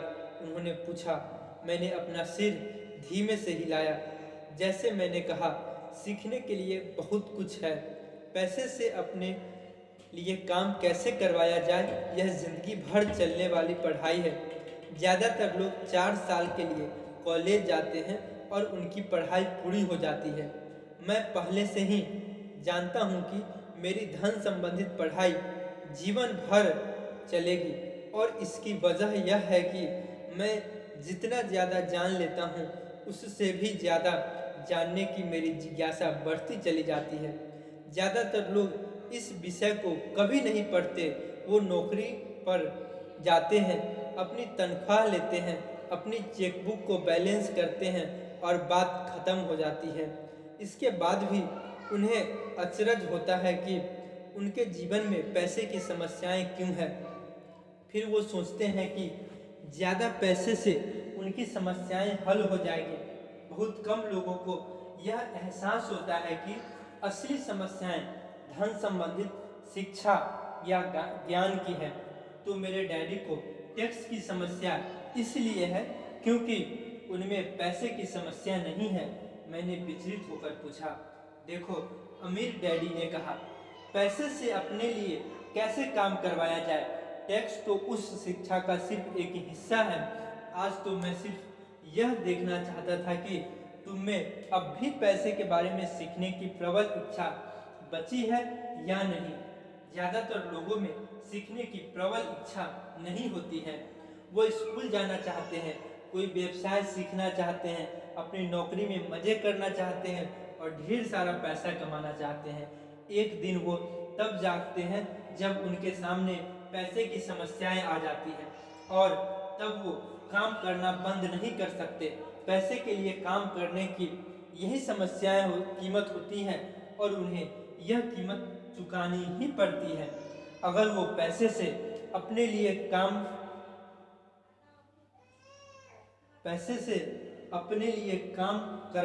करवाना सीख लेते तो अपने सामने यह समस्याएं कभी नहीं आती। तो तुम में अभी सीखने की, जानने की जिज्ञासा है? अमीर डैडी ने पूछा। मैंने हामी में सिर हिलाया। अच्छा, अमीर डैडी ने कहा, अब काम पर वापस जाओ और इस बार मैं तुम्हें बिल्कुल तनख्वाह नहीं दूंगा। क्या? मैंने हैरान होकर पूछा। तुमने सही सुना है, तनख्वाह बंद। तुम हर शनिवार 3 घंटे उसी तरह काम करोगे, परंतु इस बार तुम्हें 10 सेंट प्रति घंटे के हिसाब से तनख्वाह नहीं मिलेगी। तुम्ही ने तो कहा है कि तुम पैसे के लिए काम करना नहीं सीखना चाहते, इसीलिए मैं तुम्हें बदले में कुछ भी नहीं दूंगा। मुझे अपने सुने हुए शब्दों पर भरोसा नहीं हो रहा था। मैंने माइक से पहले ही बात कर ली है। वह पहले से ही काम कर रहा है, मुफ्त में डिब्बों की सफाई कर रहा है और उन्हें करीने से जमा रहा है। अब तुम भी जल्दी से जाकर काम में जुट जाओ। यह ठीक नहीं है, मैं चिल्लाया। आपको कुछ न कुछ तनख्वाह तो देनी चाहिए। तुमने कहा था कि तुम सीखना चाहते हो। अगर तुम इस बात को अभी नहीं सीख पाओगे तो तुम भी उन्हीं 2 महिलाओं और बूढ़े आदमी की तरह बन जाओगे जो मेरे लिविंग रूम में बैठे थे। ये लोग पैसे के लिए काम करते हैं और डरते हैं कि मैं उन्हें नौकरी से न निकालूं। या तुम अपने डैडी की तरह बन जाओ जो पैसा तो बहुत कमाते हैं परंतु गले तक कर्ज में डूबे रहते हैं। शायद उन्हें यह उम्मीद रहती है कि ज़्यादा पैसे से उनकी समस्याएं सुलझ जाएगी। अगर तुम यही चाहते हो तो मैं एक बार फिर 10 सेंट के अपने पुराने वादे पर लौटने के लिए तैयार हूँ। या तुम वह कर सकते हो जो ज़्यादातर लोग करते हैं, इस बारे में शिकायत करो कि तनख्वाह बहुत कम है और तुम यह नौकरी छोड़कर दूसरे नौकरी की तलाश शुरू कर दो। मेरी समझ में नहीं आ रहा है कि मैं क्या करूं, मैंने पूछा। अमीर डैडी ने अपने सिर पर उंगली रखी। इसका इस्तेमाल करो, उन्होंने कहा। अगर तुम इसका सही इस्तेमाल करोगे तो तुम मुझे जल्द ही इस बात के लिए धन्यवाद दोगे कि मैं तुम्हें मौका दिया और एक दिन तुम बहुत अमीर आदमी बन जाओगे। मैं वहाँ यह सोचते हुए खड़ा था कि मुझे कितना घटिया विकल्प दिया जा रहा है। मैं यहाँ अपनी तनख्वाह बढ़वाने आया था और अब मुझे मुफ्त में काम करने के लिए कहा जा रहा है। अमीर डैडी ने एक बार फिर अपनी उंगली को सिर पर रखा और कहा, इसका इस्तेमाल करो। अब यहाँ से जाओ और अपने काम में जुट जाओ। सबक एक, अमीर लोग पैसे के लिए काम नहीं करते। मैंने अपने गरीब डैडी को यह नहीं बताया कि अब मैं मुफ्त में काम कर रहा हूँ। उन्हें यह समझ में नहीं आता। मैं उन्हें उनकी वजह ठीक से इसलिए नहीं समझ सकता था क्योंकि मैं खुद भी इसे ठीक से नहीं समझ पाया था। अगले 3 हफ्ते माइक और मैं 3 घंटे तक हर शनिवार को काम करते रहे मुफ्त में। काम बहुत परेशानी वाला नहीं था और वक्त गुजरने के साथ साथ यह ज़्यादा आसान होता जा रहा था। मुझे अफसोस था तो अपने छूटे हुए बेसबॉल गेम और कॉमिक्स का। अब मैं उनका मज़ा नहीं ले सकता था। तीसरे हफ्ते दोपहर में अमीर डैडी आए। हमने उनके ट्रक के पार्किंग में आने की आवाज़ सुनी। वो स्टोर में घुसे और उन्होंने मिसेज मार्टिन को गले लगाकर अभिवादन किया। स्टोर में क्या चल रहा है यह जानने के बाद वो आइसक्रीम फ्रीजर के पास गए। उसमें से 2 आइसक्रीम निकाली, उसके दाम चुकाया और उसके बाद मेरी और माइक की तरफ इशारा करते हुए कहा, चलो घूमने चलते हैं। हम सड़क के पार गए, कुछ कारों को चकमा दिया और एक बड़े घास के मैदान में टहलने लगे जहाँ कुछ वयस्क संगठन सॉफ्टबॉल खेल रहे थे। दूर की पिकनिक टेबल पर बैठकर उन्होंने माइक और मुझे आइसक्रीम दी। कैसा चल रहा है? बढ़िया, माइक ने कहा। मैंने सहमियत से सिर हिलाया। कुछ और सीखा? अमीर डैडी ने पूछा। माइक और मैंने एक दूसरे की तरफ देखा, अपने कंधे उचकाए और अपने सिर को नाम में एक साथ हिलाया। जिंदगी के सबसे बड़े जाल से बचना। अच्छा, यह होगा कि तुम बचपन से ही यह सोचना शुरू कर दो, तुम अब जिंदगी के सबसे बड़े सबक को देख रहे हो। अगर तुम इस सबक को सीख लेते हो तो तुम बहुत ज़्यादा आज़ादी और सुरक्षित भरी जिंदगी का सुख ले सकते हो। अगर तुम यह सबक नहीं सीख पाते हो तो तुम भी मिसेज मार्टिन और इस पार्क में खेल रहे ज़्यादातर लोगों की तरह ही बन जाओगे। वो बहुत ज़्यादा मेहनत करते हैं परंतु उसके बदले में उन्हें बहुत कम पैसे मिलते हैं। वो नौकरी की सुरक्षा के मुंह में फंस रहे हैं। हर साल मिलने वाली 3 हफ्ते की छुट्टियां और 45 साल तक काम करते रहने के बाद मिलने वाली थोड़ी सी पेंशन का सपना देखते रहते हैं। अगर इस तरह की ज़िंदगी जीने में तुम्हें सुख मिलता है तो मैं तुम्हारी तनख्वाह बढ़ाकर 25 सेंट प्रति घंटा कर सकता हूँ। परंतु ये लोग अच्छे लोग हैं और मेहनती भी हैं, फिर आप इनका मजाक क्यों उड़ा रहे हैं? मैंने पूछा। अमीर डैडी के चेहरे पर मुस्कान आ गई। मिसेज मार्टिन मेरे लिए माँ जैसी है। मैं इतना कठोर नहीं हो सकता कि उनका मजाक उड़ाऊं। यह कठोर लगता है ज़रूर, क्योंकि मैं तुम दोनों के सामने स्थिति स्पष्ट करना चाहता हूँ और वह भी आसान शब्दों में। मैं तुम्हारे नज़रिए को बड़ा करना चाहता हूँ ताकि तुम कुछ आगे भी देख सको, दूर तक देख सको। ज़्यादातर लोगों को आगे देखने का फ़ायदा कई बार सिर्फ इसलिए नहीं मिल पाता क्योंकि उनके देखने का दायरा बहुत छोटा होता है। ज़्यादातर लोग जिस जाल में फंसे हुए हैं वो उसे देख ही नहीं पाते। माइक और मैं वहाँ पर सोचते हुए बैठे रहे क्योंकि हम उनकी बातों का मतलब पूरी तरह से नहीं समझ सके थे।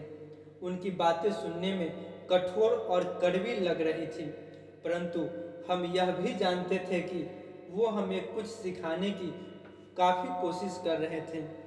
मुस्कुराहट के साथ अमीर डैडी ने कहा, क्या 25 सेंट प्रति घंटे का ऑफर अच्छा नहीं लगा? क्या इससे दिल की धड़कन तेज नहीं हुई? मैंने अपना सिर नाम में हिलाया, जबकि असल में ऐसा ही हुआ था।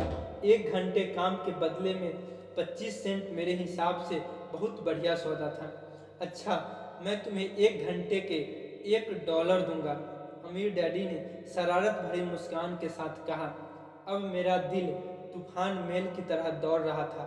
मेरा दिमाग चीख चीख कर कह रहा था, इसकी बात मान लो, मान लो। मुझे अपने कानों पर भरोसा नहीं हो रहा था, परंतु फिर भी मैं चुप रहा। अच्छा $2 प्रति घंटे। मुझे ऐसा लगा जैसे मेरे छोटे से 9 साल पुराने दिमाग में किसी ने बम फोड़ दिया हो। 1956 में $2 प्रति घंटा की कमाई मुझे दुनिया का सबसे अमीर बच्चा बना देती। मैं इतना सारा पैसा कमाने की कल्पना भी नहीं कर सकता था। मैं ही कहना चाहता था, मैं सौदा पक्का करना चाहता था।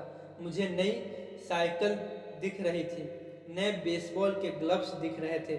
मेरे पास कड़क नोट देखकर मेरे दोस्तों की जलन और तारीफ की भी मुझे साफ दिख रही थी। सबसे बड़ी बात तो यह थी कि जिमी और उसके अमीर दोस्त मुझे भी कभी गरीब नहीं कह सकते थे, परंतु किसी वजह से मैं खामोश खड़ा रहा। हो सकता है कि मेरे दिमाग में गर्मी बढ़ जाने से उसका फ्यूज उड़ गया हो, परंतु मन में $2 प्रति घंटे का ऑफर मानने के लिए बेताब था। आइसक्रीम पिघल चुकी थी और मेरे हाथ पर बह रही थी। आइसक्रीम की डंडी खाली थी और उसके नीचे वैनिला और चॉकलेट के टुकड़े थे जिसके मर्जे चींटियाँ ले रही थी। अमीर डैडी हम दोनों बच्चों को देख रहे थे जो आंखें फाड़कर और खाली दिमाग से उन्हें घूर रहे थे। उन्हें मालूम था कि वो हमारी परीक्षा ले रहे हैं और वह यह भी जानते थे कि हमारे दिल का एक कोना उस ऑफर को मानने के लिए बेताब हो रहा होगा। वह जानते थे कि हर व्यक्ति की आत्मा एक हिस्सा कमज़ोर और ज़रूरतमंद होता है जिसे खरीदा जा सकता है, और वो यह भी जानते थे कि हर व्यक्ति को आत्मा का एक हिस्सा मजबूत और हर निश्चयी होता है जिसे कभी नहीं खरीदा जा सकता। असली सवाल यह था कि उनमें से कौन सा हिस्सा ज़्यादा ताकतवर है। उन्होंने अपनी ज़िंदगी में हज़ारों लोगों की परीक्षा ली थी। जब वो नौकरी मांगने के लिए आए लोगों का इंटरव्यू लेते थे तो वह हर बार आत्माओं की परीक्षा लेते थे। अच्छा, $5 प्रति घंटे।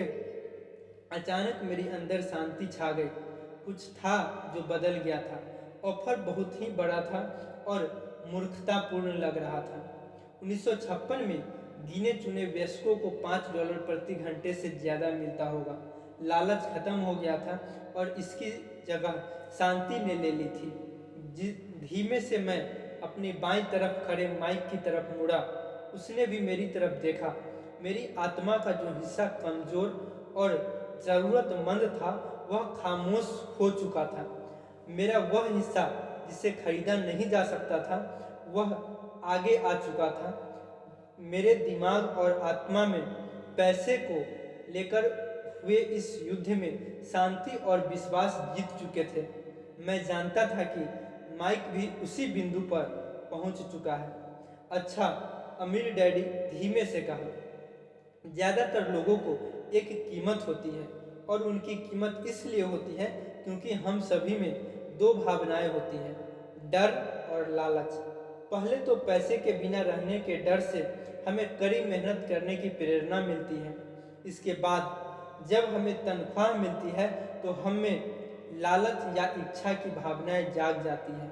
पैसा होने पर हम उन बढ़िया चीज़ों के बारे में सोचने पर मजबूर हो जाते हैं जो उस पैसे से खरीदी जा सकती है। उस तरह हमारी ज़िंदगी का एक पैटर्न बन जाता है। किस तरह का पैटर्न? मैंने पूछा। सुबह जागने, काम पर जाने, खर्च करने, सुबह जागने, काम पर जाने, खर्च करने। लोगों की ज़िंदगी हमेशा डर और लालच उन्हीं दो भावनाओं से चलती है। उन्हें अगर ज़्यादा पैसा दे भी दे तो वो इसी पैटर्न पर चलकर अपना खर्च बढ़ा लेंगे। इसी पैटर्न को मैं चूहा दौड़ कहता हूँ। क्या कोई दूसरा रास्ता भी है? माइक ने पूछा। हाँ, अमीर डैडी ने धीमे से कहा, परंतु इसे बहुत कम लोग खोज पाते हैं। और वह रास्ता क्या है? माइक ने पूछा। उसी रास्ते को तुम लोग काम करते हुए और मेरे साथ सीखते हुए खोज लोगे। मैं यही उम्मीद करता हूँ। इसी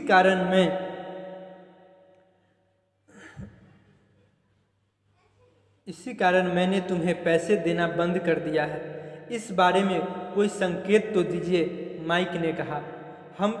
हम लोग मेहनत से काम करते थक चुके हैं। खासकर तब जब उसके बदले में हमें कुछ नहीं मिल रहा है। पहला कदम तो यह कि तुम लोग सच बोलो, अमीर डैडी ने कहा। हम लोग झूठ नहीं बोल रहे हैं, मैंने कहा। मैंने कब कहा कि तुम लोग झूठ बोल रहे हो? मैं तो यह कह रहा हूँ कि सच्ची बात कह देनी चाहिए, अमीर डैडी ने जवाब दिया। किस बारे में? मैंने पूछा। इस बारे में कि तुम लोगों को कैसा लग रहा है, अमीर डैडी ने कहा। तुम्हें यह किसी और से कहने की ज़रूरत नहीं है, सिर्फ अपने आप से सच बोलो। आपके कहने का मतलब यह है कि इस पार्क में मौजूद लोग, आपके लिए काम करने वाले लोग, मिसेज मार्टिन, यह सब लोग ऐसा नहीं करते? मुझे ऐसा ही लगता है, अमीर डैडी ने कहा। तो वो दिल से यानी अपनी भावनाओं से सोचते हैं, माइक ने कहा।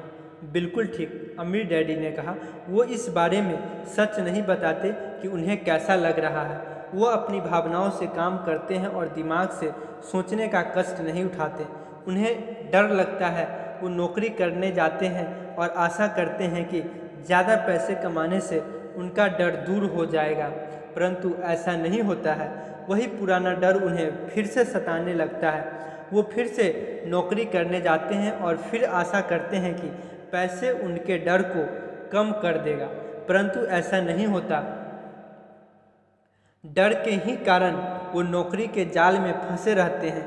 पैसे कमाते हैं, काम करते हैं, पैसे कमाते हैं और आशा करते हैं कि डर से उनका पीछा छूट जाएगा, परंतु हर रोज़ जब वो उठते हैं तो उनका पुराना डर भी उनके साथ उठता है।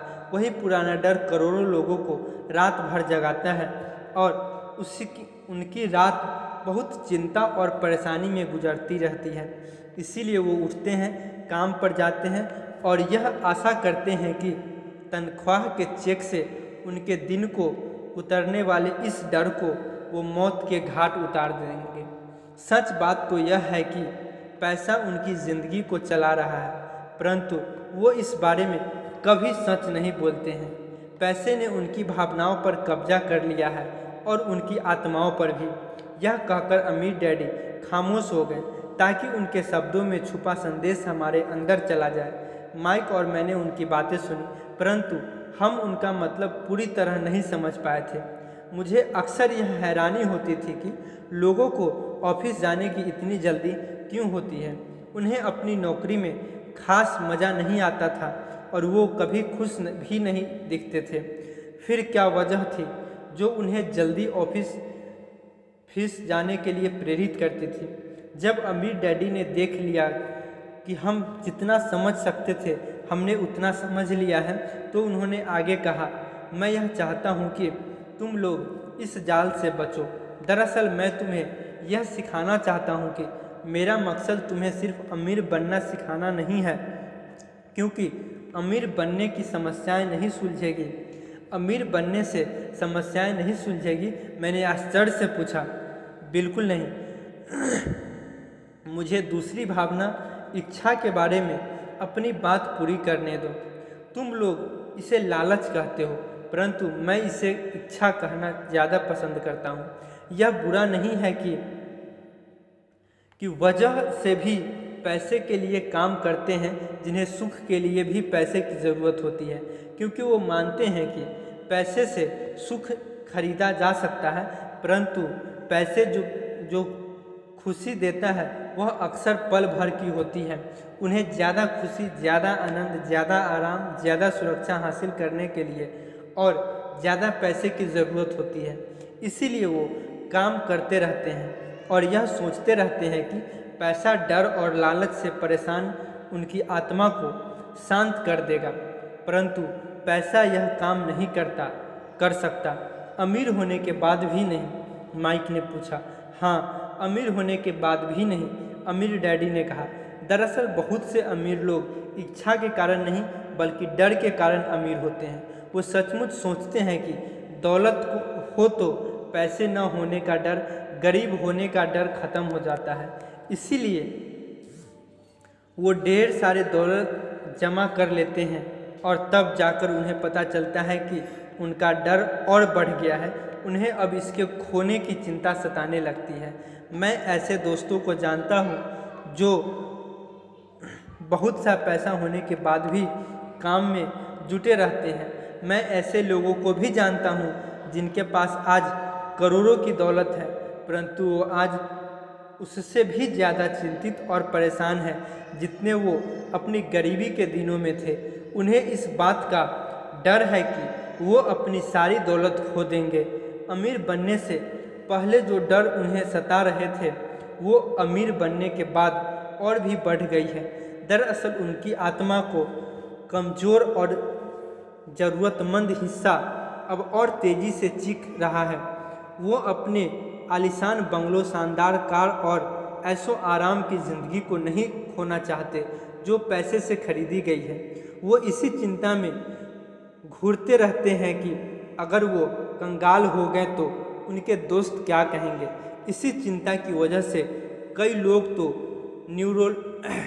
न्यूरोटिक और कुंठित हो चुके हैं। हालांकि वो अमीर दिखते हैं और उनके पास पहले से ज़्यादा पैसा है।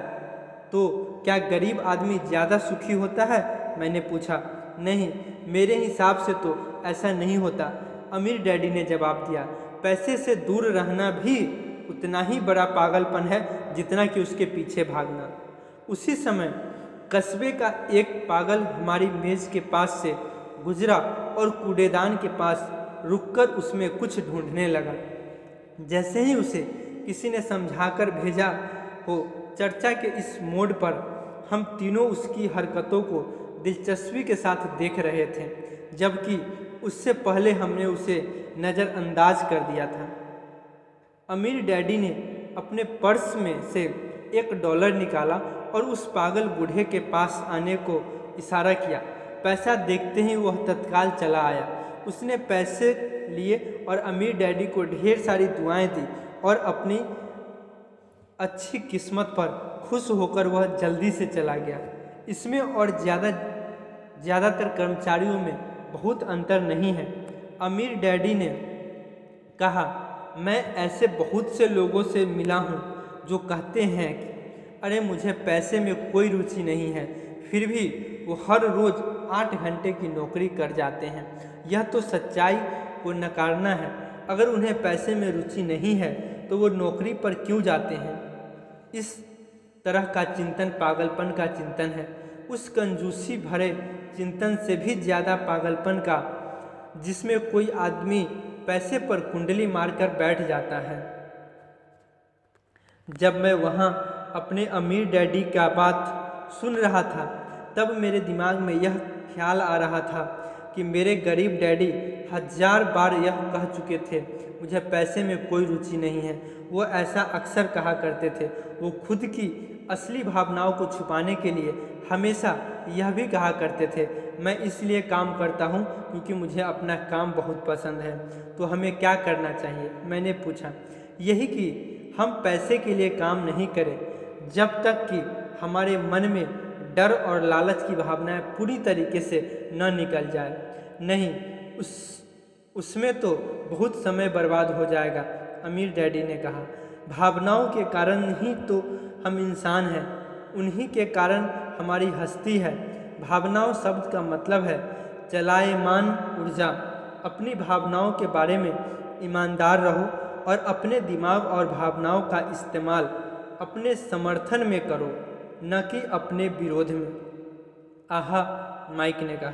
अगर तुम्हारे मेरी बात समझ में नहीं आई हो तो इस बारे में चिंता मत करो, आगे आने वाले सालों में तुम्हें इसका मतलब समझ में आएगा। अपनी भावनाओं पर प्रतिक्रिया करने के बजाय उनका विश्लेषण करने की कोशिश करो। ज़्यादातर लोग यह नहीं जानते कि वो अपने दिमाग से सोचने के बजाय अपने दिमाग की भावनाओं से सोचते हैं। आपकी भावनाओं तो आपकी रहेगी ही, परंतु आपको अपने दिमाग से सोचना भी आना चाहिए, क्योंकि दिमाग को सोचने के लिए ही बनाया गया है। क्या आप मुझे इसका कोई उदाहरण दे सकते हैं? मैंने पूछा। क्यों नहीं, अमीर डैडी ने जवाब दिया।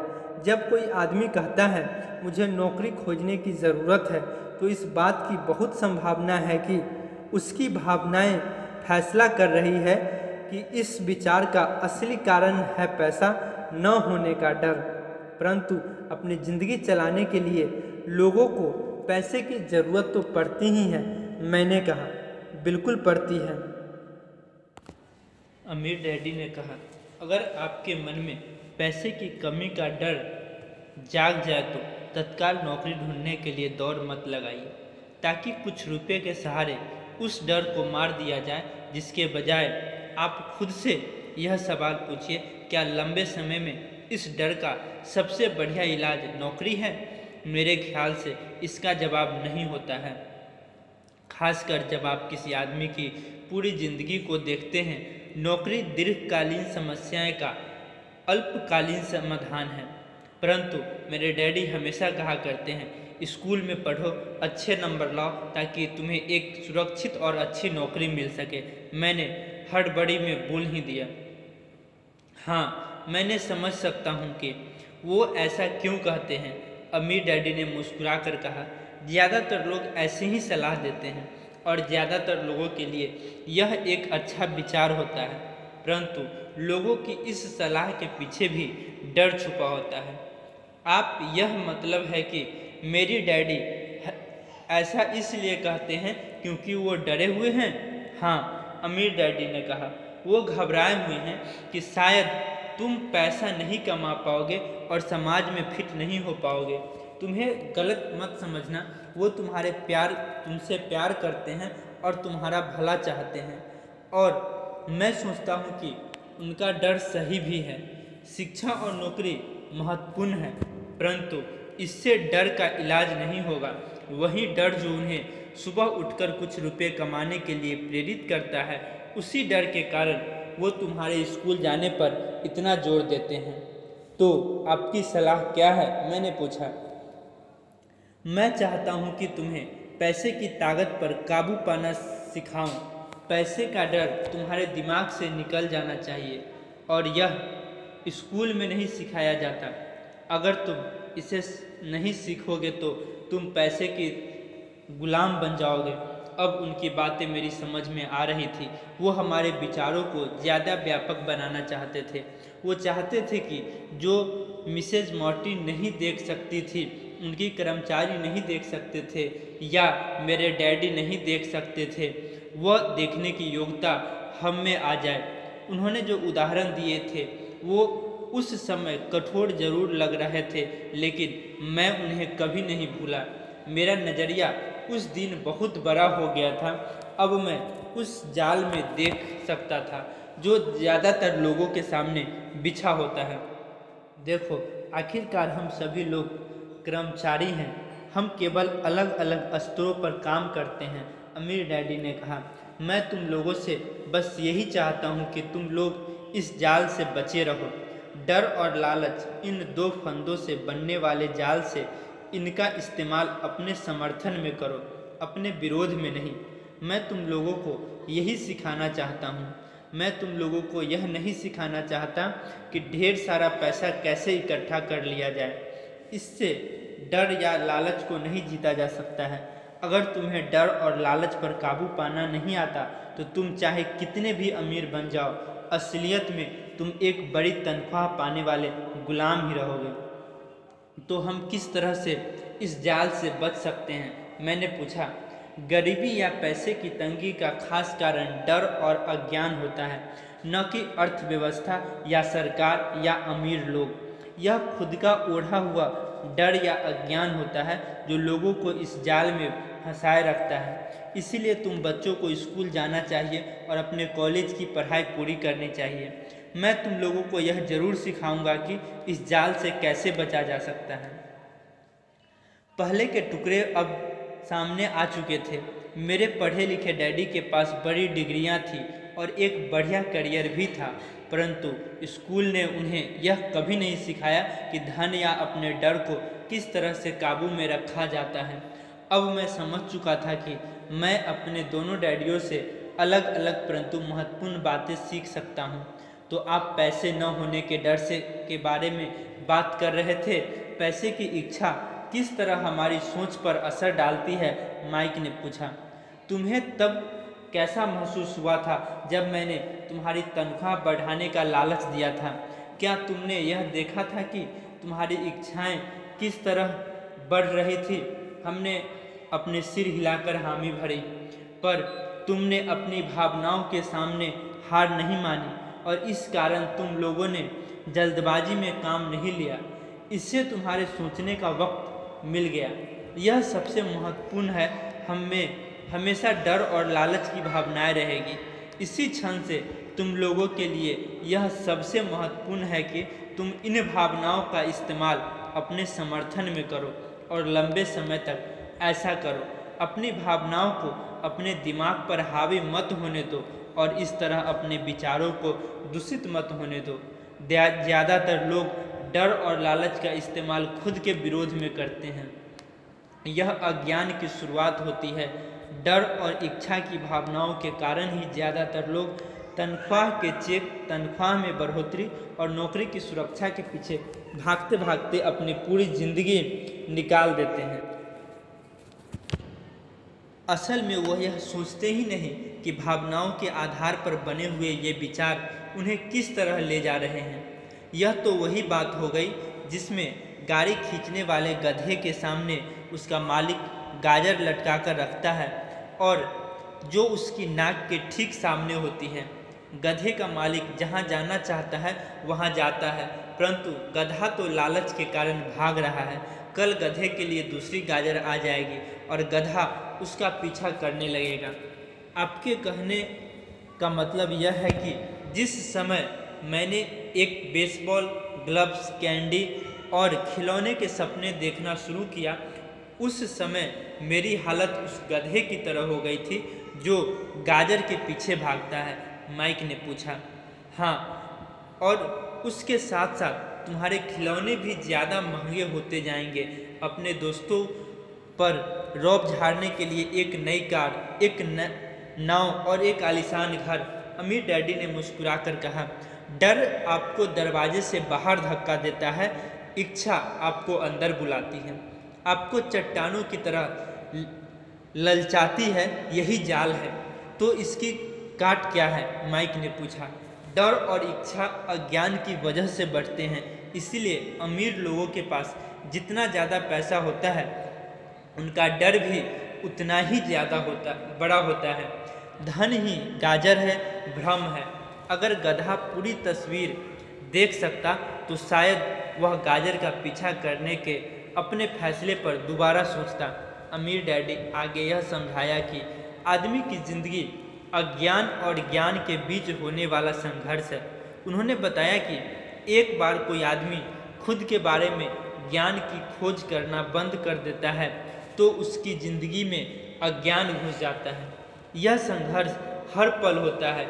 इसीलिए हमें यह फैसला करना है, यह सीखना है कि अपने दिमाग को खुला रखा जाए या इसे बंद कर लिया जाए। देखो, स्कूल बहुत ज़्यादा महत्वपूर्ण है। आप स्कूल इसलिए जाते हैं ताकि आप वहाँ कोई कला या व्यवसाय सीख सकें और इस तरह से आप समाज में योगदान दे सकें। हर समाज में शिक्षकों, डॉक्टरों, मैकेनिकों, कलाकारों, रसोइया, व्यावसायिक लोगों, पुलिस अफसरों, दमकल कर्मियों और सिपाहियों की ज़रूरत होती है। स्कूल इन्हें यह सब सिखाते हैं ताकि हमारा समाज विकसित हो सके और हमारी संस्कृति समृद्ध हो सके। अमीर डैडी ने कहा, दुर्भाग्य से कई लोगों के लिए स्कूल शिक्षा का अंत होता है, शुरुआत नहीं। तब लंबी खामोशी छाई रही। अमीर डैडी मुस्कुरा रहे थे। उस दिन उन्होंने जो कहा था वह मैं पूरी तरह से नहीं समझ पाया था, परंतु ज़्यादातर महान शिक्षकों के शब्द सालों तक हमें सिखाते रहते हैं। उनके शब्द इसी तरह से आज भी मेरे साथ हैं। मैं आज थोड़ा निर्मम हुआ, अमीर डैडी ने कहा। एक वजह से निर्मम हुआ। मैं चाहता था कि तुम लोगों को आज की यह चर्चा हमेशा याद रहे। मैं चाहता हूँ कि तुम लोग हमेशा मिसेज मार्टिन के बारे में सोचो और मैं चाहता हूँ कि तुम लोग हमेशा उस गधे के बारे में सोचो। उन्हें कभी मत भूलना। अगर तुम्हें अपनी समझदारी से उन्हें काबू में नहीं किया तो डर और लालच की तुम्हारी दोनों भावनाएं तुम्हें जिंदगी के सबसे बड़े जाल में फंसा सकती हैं। अपनी ज़िंदगी को डरते डरते गुजारना, अपनी सपनों को पूरा न करना निर्ममता है। यह भी निर्ममता है कि पैसे के लिए कड़ी मेहनत की जाए और यह सोचा जाए कि पैसे से खरीदी गई चीज़ें सुख दे सकती है। बिल चुकाने से डर से घबराकर आधी रात को जागना जीने का एक भयानक तरीका है। तनख्वाह के हिसाब से ज़िंदगी जीना भी कोई जीना है। यह सोचना कि कोई नौकरी आपको सुरक्षा का एहसास दे सकती है, खुद से झूठ बोलना है, यह निम्नता है और यह वह जाल है जिससे मैं तुम्हें बचाना चाहता हूँ। मैंने देखा है कि पैसा किस तरह से लोगों की ज़िंदगी को चलाता है। ऐसे अपने साथ मत होने देना। भगवान के लिए पैसे को अपनी ज़िंदगी मत चलाने दें। हमारी मेज के नीचे सॉफ्ट बॉल आ गई। अमीर डैडी ने उसे उठाया और वापस खिलाड़ियों के पास फेंक दिया। तो अज्ञान का लालच और डर से क्या ताल्लुक है? मैंने पूछा। यह पैसे का अज्ञान ही है जिसकी वजह से इतना लालच और इतना डर पैदा होता है, अमीर डैडी ने कहा। मैं तुम्हें कुछ उदाहरण देता हूँ। एक डॉक्टर जो अपने परिवार को ज़्यादा खुशी देना चाहता है, अपनी फीस बढ़ा देता है। उसकी फीस बढ़ने की वजह से स्वास्थ्य सुविधाएं हर एक के लिए महंगी हो जाती है। अब इससे गरीब लोगों को सबसे ज़्यादा नुकसान पहुंचता है। इसीलिए गरीब लोगों का स्वास्थ्य अमीर लोगों से ज़्यादा बुरा होता है। अब चूंकि डॉक्टरों ने अपनी फीस बढ़ा दी है, इसीलिए वकील ने भी अपनी फीस बढ़ा देते हैं। क्योंकि वकीलों ने अपनी फीस बढ़ा दी है, इसलिए स्कूल के टीचर भी अपनी तनख्वाह बढ़ाना चाहते हैं, जिसके कारण हमारा टैक्स बढ़ता है और यह सिलसिला अंत काल तक यूं ही चलता रहता है। जल्द ही अमीर और गरीब लोगों के बीच इतना भयानक अंतर हो जाएगा कि प्रलय आ जाएगी और एक और महान सभ्यता यशासी हो जाएगी। महान सभ्यताएं तभी धराशायी हुई है जब अमीरों और गरीबों के बीच फासला बहुत ज़्यादा हो गया है। अमेरिका भी उसी रास्ते पर चल रहा है और इससे यह साबित होता है कि इतिहास अपने आप को दोहराता है। क्योंकि हम इतिहास से कुछ नहीं सीखते, हम केवल ऐतिहासिक तरीकों और नाम रटते हैं, उनके सबक को भूल जाते हैं। क्या कीमतें नहीं बढ़नी चाहिए? मैंने पूछा। अच्छी तरह से चल रही सरकार और एक शिक्षित समाज में तो नहीं, कीमतें दरअसल कम होनी चाहिए। जाहिर है कि ऐसा केवल सिद्धांत में ही हो सकता है। कीमतें अज्ञान से पैदा हुई लालच और डर के कारण बढ़ती है। अगर स्कूलों में धन के बारे में सिखाया जाता तो लोगों के पास ज़्यादा पैसा होता और बाजार की कीमतें भी कम होती, परंतु स्कूलों में सिर्फ पैसे के लिए काम करना सिखाया जाता है, पैसे की ताकत का इस्तेमाल नहीं सिखाया जाता। परंतु हमारे यहाँ बिजनेस स्कूल भी हैं, माइक ने पूछा।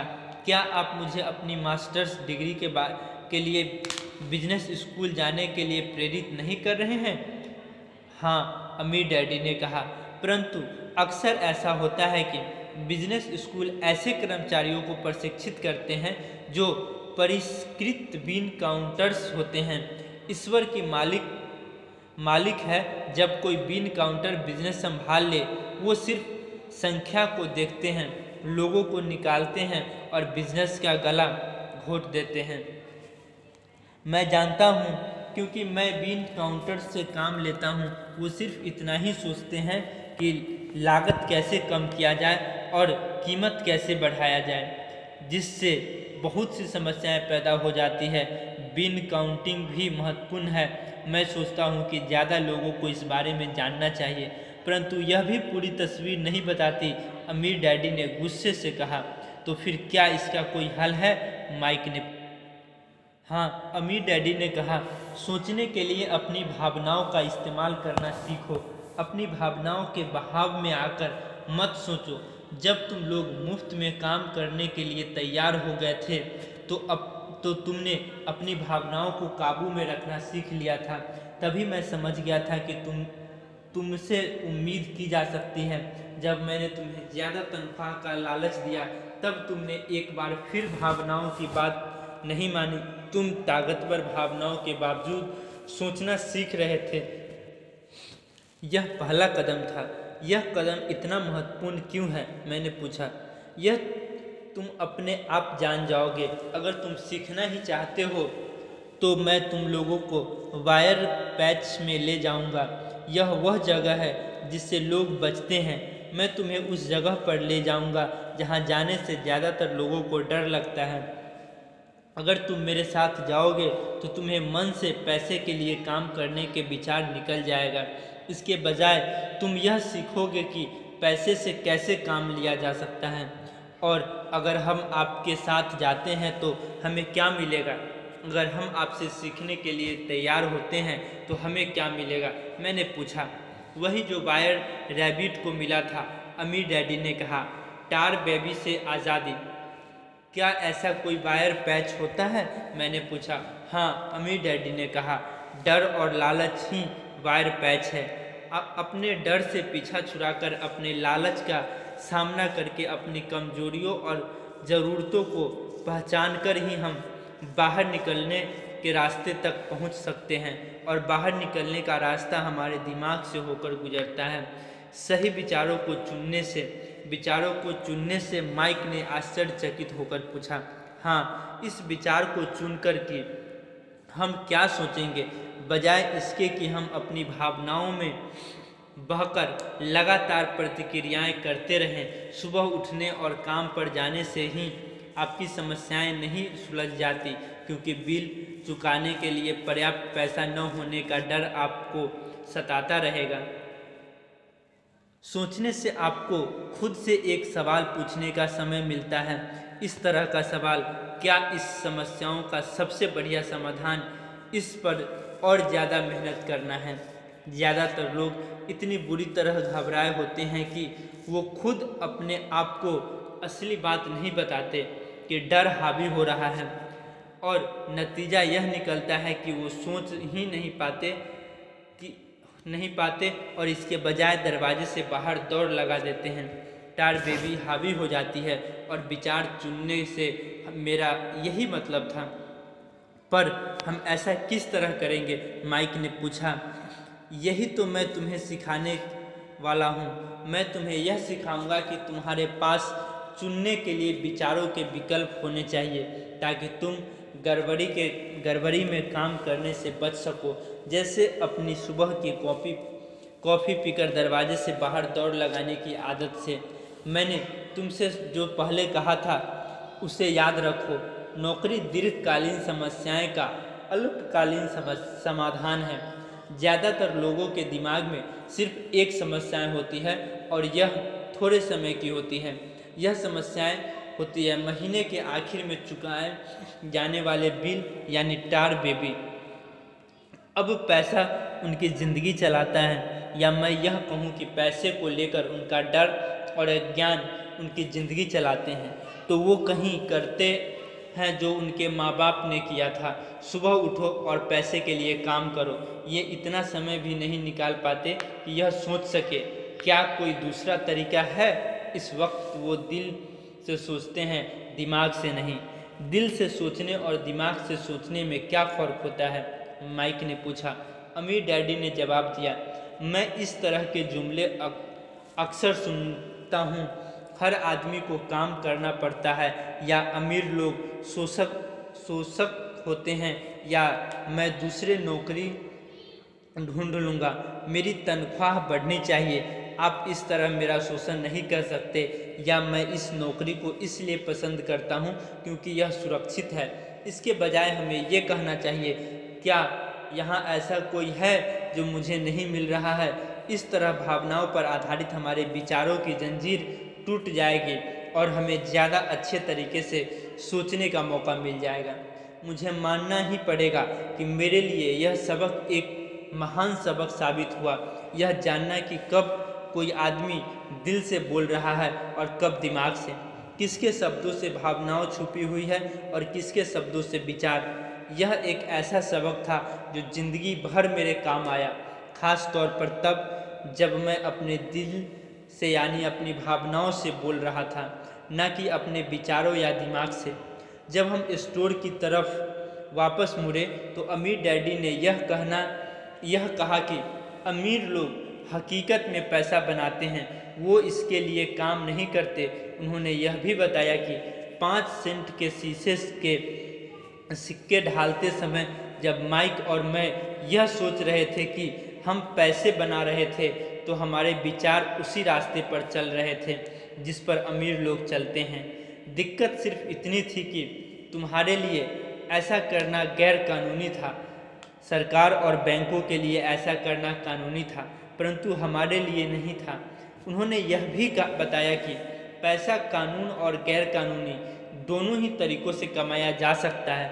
अमीर डैडी ने बाद में हमें यह समझाया कि अमीर लोग जानते हैं कि धन एक भ्रम है जो हकीकत में गधे के सामने लटकी गाजर की तरह होती है। धन के भ्रम के कारण जो डर और लालच पैदा होता है, उसी वजह से ही अरबों खरबों लोग यह सोचते रहते हैं कि धन असली चीज़ है। धन दरअसल एक माया जाल है। जनता के अज्ञान और भरोसे के भ्रम की वजह से ही ताश के पत्तों का यह महल खड़ा रह पाता है। सच कहा जाए कि गधे की गाजर धन से ज़्यादा कीमती है, उन्होंने कहा। उन्होंने अमेरिका के गोल्ड स्टैंडर्ड्स के बारे में भी बात की और यह बताया कि हर डॉलर का नोट असल में चांदी का प्रमाण पत्र है। उन्हें इस अफवाह से चिंता हो रही थी कि किसी दिन हम लोग गोल्ड स्टैंडर्ड को छोड़ देंगे और हमारे डॉलर चांदी के प्रमाण पत्र नहीं रहेंगे। जब ऐसा होगा बच्चों, तो कयामत आ जाएगी। गरीब, मध्यवर्गीय और नासमझ लोगों की ज़िंदगी इसलिए बर्बाद हो जाएगी क्योंकि वो यह भरोसा करते रहेंगे कि धन की असली चीज़ है और वो जिस कंपनी के लिए काम करते हैं वह कंपनी या सरकार उनका ध्यान रखेगी। उनकी बातें उस दिन हमारी समझ में नहीं आ रही थी, परंतु सालों बाद जाकर मुझे यह समझ में आया कि यह बड़े पते की बात थी। वह देखना भी दूसरे नहीं देख पाते।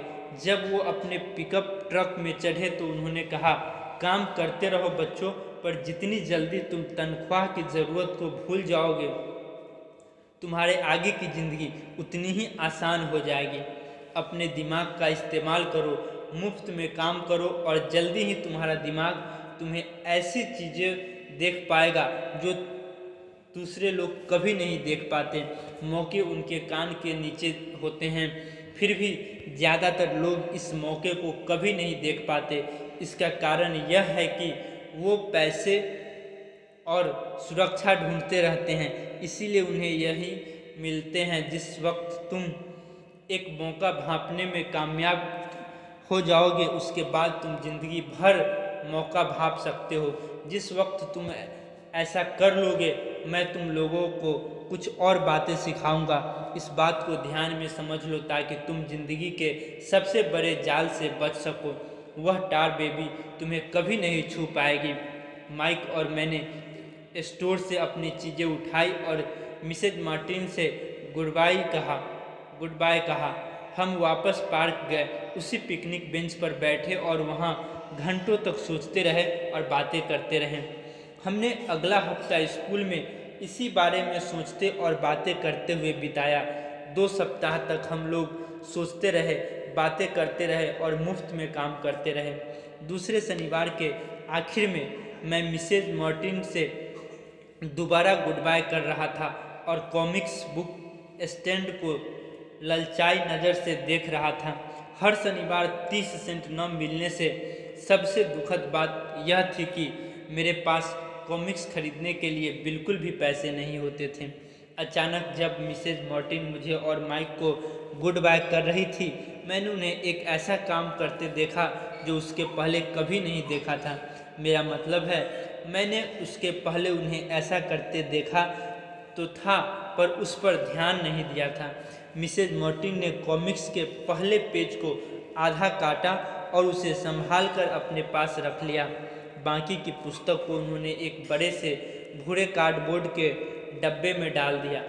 जब मैंने उनसे पूछा कि वो इस कॉमिक्स का क्या करती हैं, तो उन्होंने कहा, मैं इन्हें फेंक देती हूँ। जब वह नई कॉमिक्स लाता है तो मैं ऊपर के आधे कवर को क्रेडिट के लिए कॉमिक्स बुक डिस्ट्रीब्यूटर को दे देती हूँ वह 1 घंटे में आने ही वाला है। माइक और मैंने 1 घंटे तक इंतज़ार किया। जल्दी ही वह डिस्ट्रीब्यूटर आया और मैंने उससे पूछा कि क्या हमें कॉमिक्स मिल सकती है। इस पर उसने जवाब दिया, आपको मिल सकती है अगर आप इस स्टोर में काम करते हैं और अगर आप यह वादा करें कि आप इन्हें दोबारा नहीं बेचेंगे। हमारी पार्टनरशिप एक बार फिर कायम हो गई थी। माइक की मम्मी ने बेसमेंट में हमें एक खाली कमरा दे दिया जो उनके किसी काम नहीं आता था। हमने उसकी सफाई करके उसमें सैकड़ों कॉमिक्स जमा कर ली। जल्दी ही हमारी कॉमिक्स लाइब्रेरी लोगों के लिए खोल दी गई। माइक की छोटी बहन को पढ़ने का बहुत शौक था, इसीलिए हमने उसे अपना लाइब्रेरियन बना दिया। लाइब्रेरी में आने और कॉमिक्स पढ़ने के लिए वह हर बच्चे से 10 सेंट लेती थी। स्कूल ख़त्म होने के बाद हर दोपहर 2:30 से 4:30 तक लाइब्रेरी खुलती थी। पड़ोस के बहुत से बच्चे इसके ग्राहक बन गए थे और वो जितनी कॉमिक्स पढ़ना चाहते थे 2 घंटे में पढ़ सकते थे। यह उनके लिए बहुत बढ़िया सौदा था क्योंकि एक कॉमिक्स की कीमत 10 सेंट होती थी और 2 घंटे में वो 5 या 6 कॉमिक्स पढ़ लेते थे। माइक की बहन लौटते समय बच्चों की तलाशी लेती थी और यह देख लेती थी कि वो अपने कपड़ों में कॉमिक्स छुपाकर तो नहीं ले जा रहे हैं। वह इस बात का रिकॉर्ड भी रखती थी कि रोज़ कितने बच्चे आए, उनका नाम क्या था और उनके सुझाव क्या थे। इसका माइक और मुझे 3 महीने तक हर हफ्ते $9.5 का औसत लाभ हुआ। हमने उसकी बहन को हर हफ्ते $1 का भुगतान किया और उसे मुफ्त में कॉमिक्स पढ़ने का फ़ायदा भी दिया। हालांकि वह कॉमिक्स कभी कभार भी पढ़ती थी क्योंकि वह हमेशा अपनी पढ़ाई में लगी रहती थी। माइक और मैं समझौते के मुताबिक हर शनिवार स्टोर में काम करते रहे। साथ ही हम अलग अलग दुकानों से कॉमिक्स इकट्ठी करते रहे। हमने वादे के मुताबिक कॉमिक्स नहीं बेची। जब कोई कॉमिक्स फट जाती थी तो हम उसे जला देते थे। हमने उसकी एक शाखा खोलने की भी कोशिश की, लेकिन हमें माइक की बहन की तरह मेहनती और भरोसेमंद लाइब्रेरियन नहीं मिला। बहुत कम उम्र में ही हमने यह जान लिया था कि अच्छे स्टाफ को खोजना कितना मुश्किल होता है। लाइब्रेरी खुलने के 3 महीने बाद हमारी लाइब्रेरी में एक समस्या आ गई। दूसरे मोहल्ले के कुछ गुंडे अंदर घुस आए और उन्होंने झगड़ना शुरू कर दिया। माइक के डैडी ने सुझाव दिया कि हम अपना यह कारोबार बंद कर दें। तो इस तरह हमारा कॉमिक्स का धंधा बंद हो गया और हमने कन्वीनियंस स्टोर पर हर शनिवार काम करनी भी बंद कर दिया। फिर भी अमीर डैडी रोमांचित थे क्योंकि उनके पास ऐसी बहुत सी नई बातें थी जो हमें हमेशा सिखाना चाहते थे। वो खुश थे क्योंकि हमने उनके पहले सबक को इतनी अच्छी तरह सीख लिया था। हमने यह भी सीख लिया था कि पैसे से अपने लिए काम कैसे करवाया जाता है। स्टोर में नौकरी के बदले में पैसा नहीं मिलता था, इसीलिए हमें मजबूरन अपनी कल्पना शक्ति पर जोर डालना पड़ा ताकि हम पैसे कमाने का कोई दूसरा तरीका ढूंढ सकें। कॉमिक्स लाइब्रेरी हमारा अपना व्यवसाय था। हमारा धन हमारे काबू में था और हम किसी मालिक के मोहताज नहीं थे। इससे सबसे अच्छी बात यह थी कि हमारे व्यवसाय से हमें तब भी पैसा मिलता था जब वह वहाँ स्वयं मौजूद नहीं होते थे। उस समय हम पैसे के लिए काम नहीं करते थे, बल्कि हमारा पैसा हमारे लिए काम करता था। ज़्यादा तनख्वाह देने के बजाय अमीर डैडी ने हमें इतनी बढ़िया नसीहत दे दी थी। दोस्तों, आपने देखा कि सबक 1 किस तरीके से लेखक रॉबर्ट कियोसाकी ने बताया है कि कभी भी हम लोगों को नौकरी के पीछे नहीं भागना चाहिए। नौकरी के साथ हमें कुछ अलग से कुछ एक्स्ट्रा इनकम करने का रास्ता ढूंढना चाहिए, क्योंकि हमारी ज़िंदगी में जब भी हम अपने सपने को सुनिश्चित कर लेते हैं तो हमारी ज़िंदगी वहीं रुक जाती है, हमारे सपने वहीं रुक जाते हैं। तो दोस्तों, अब हम लोग आगे देखेंगे लेसन 3 का सबक नंबर 2।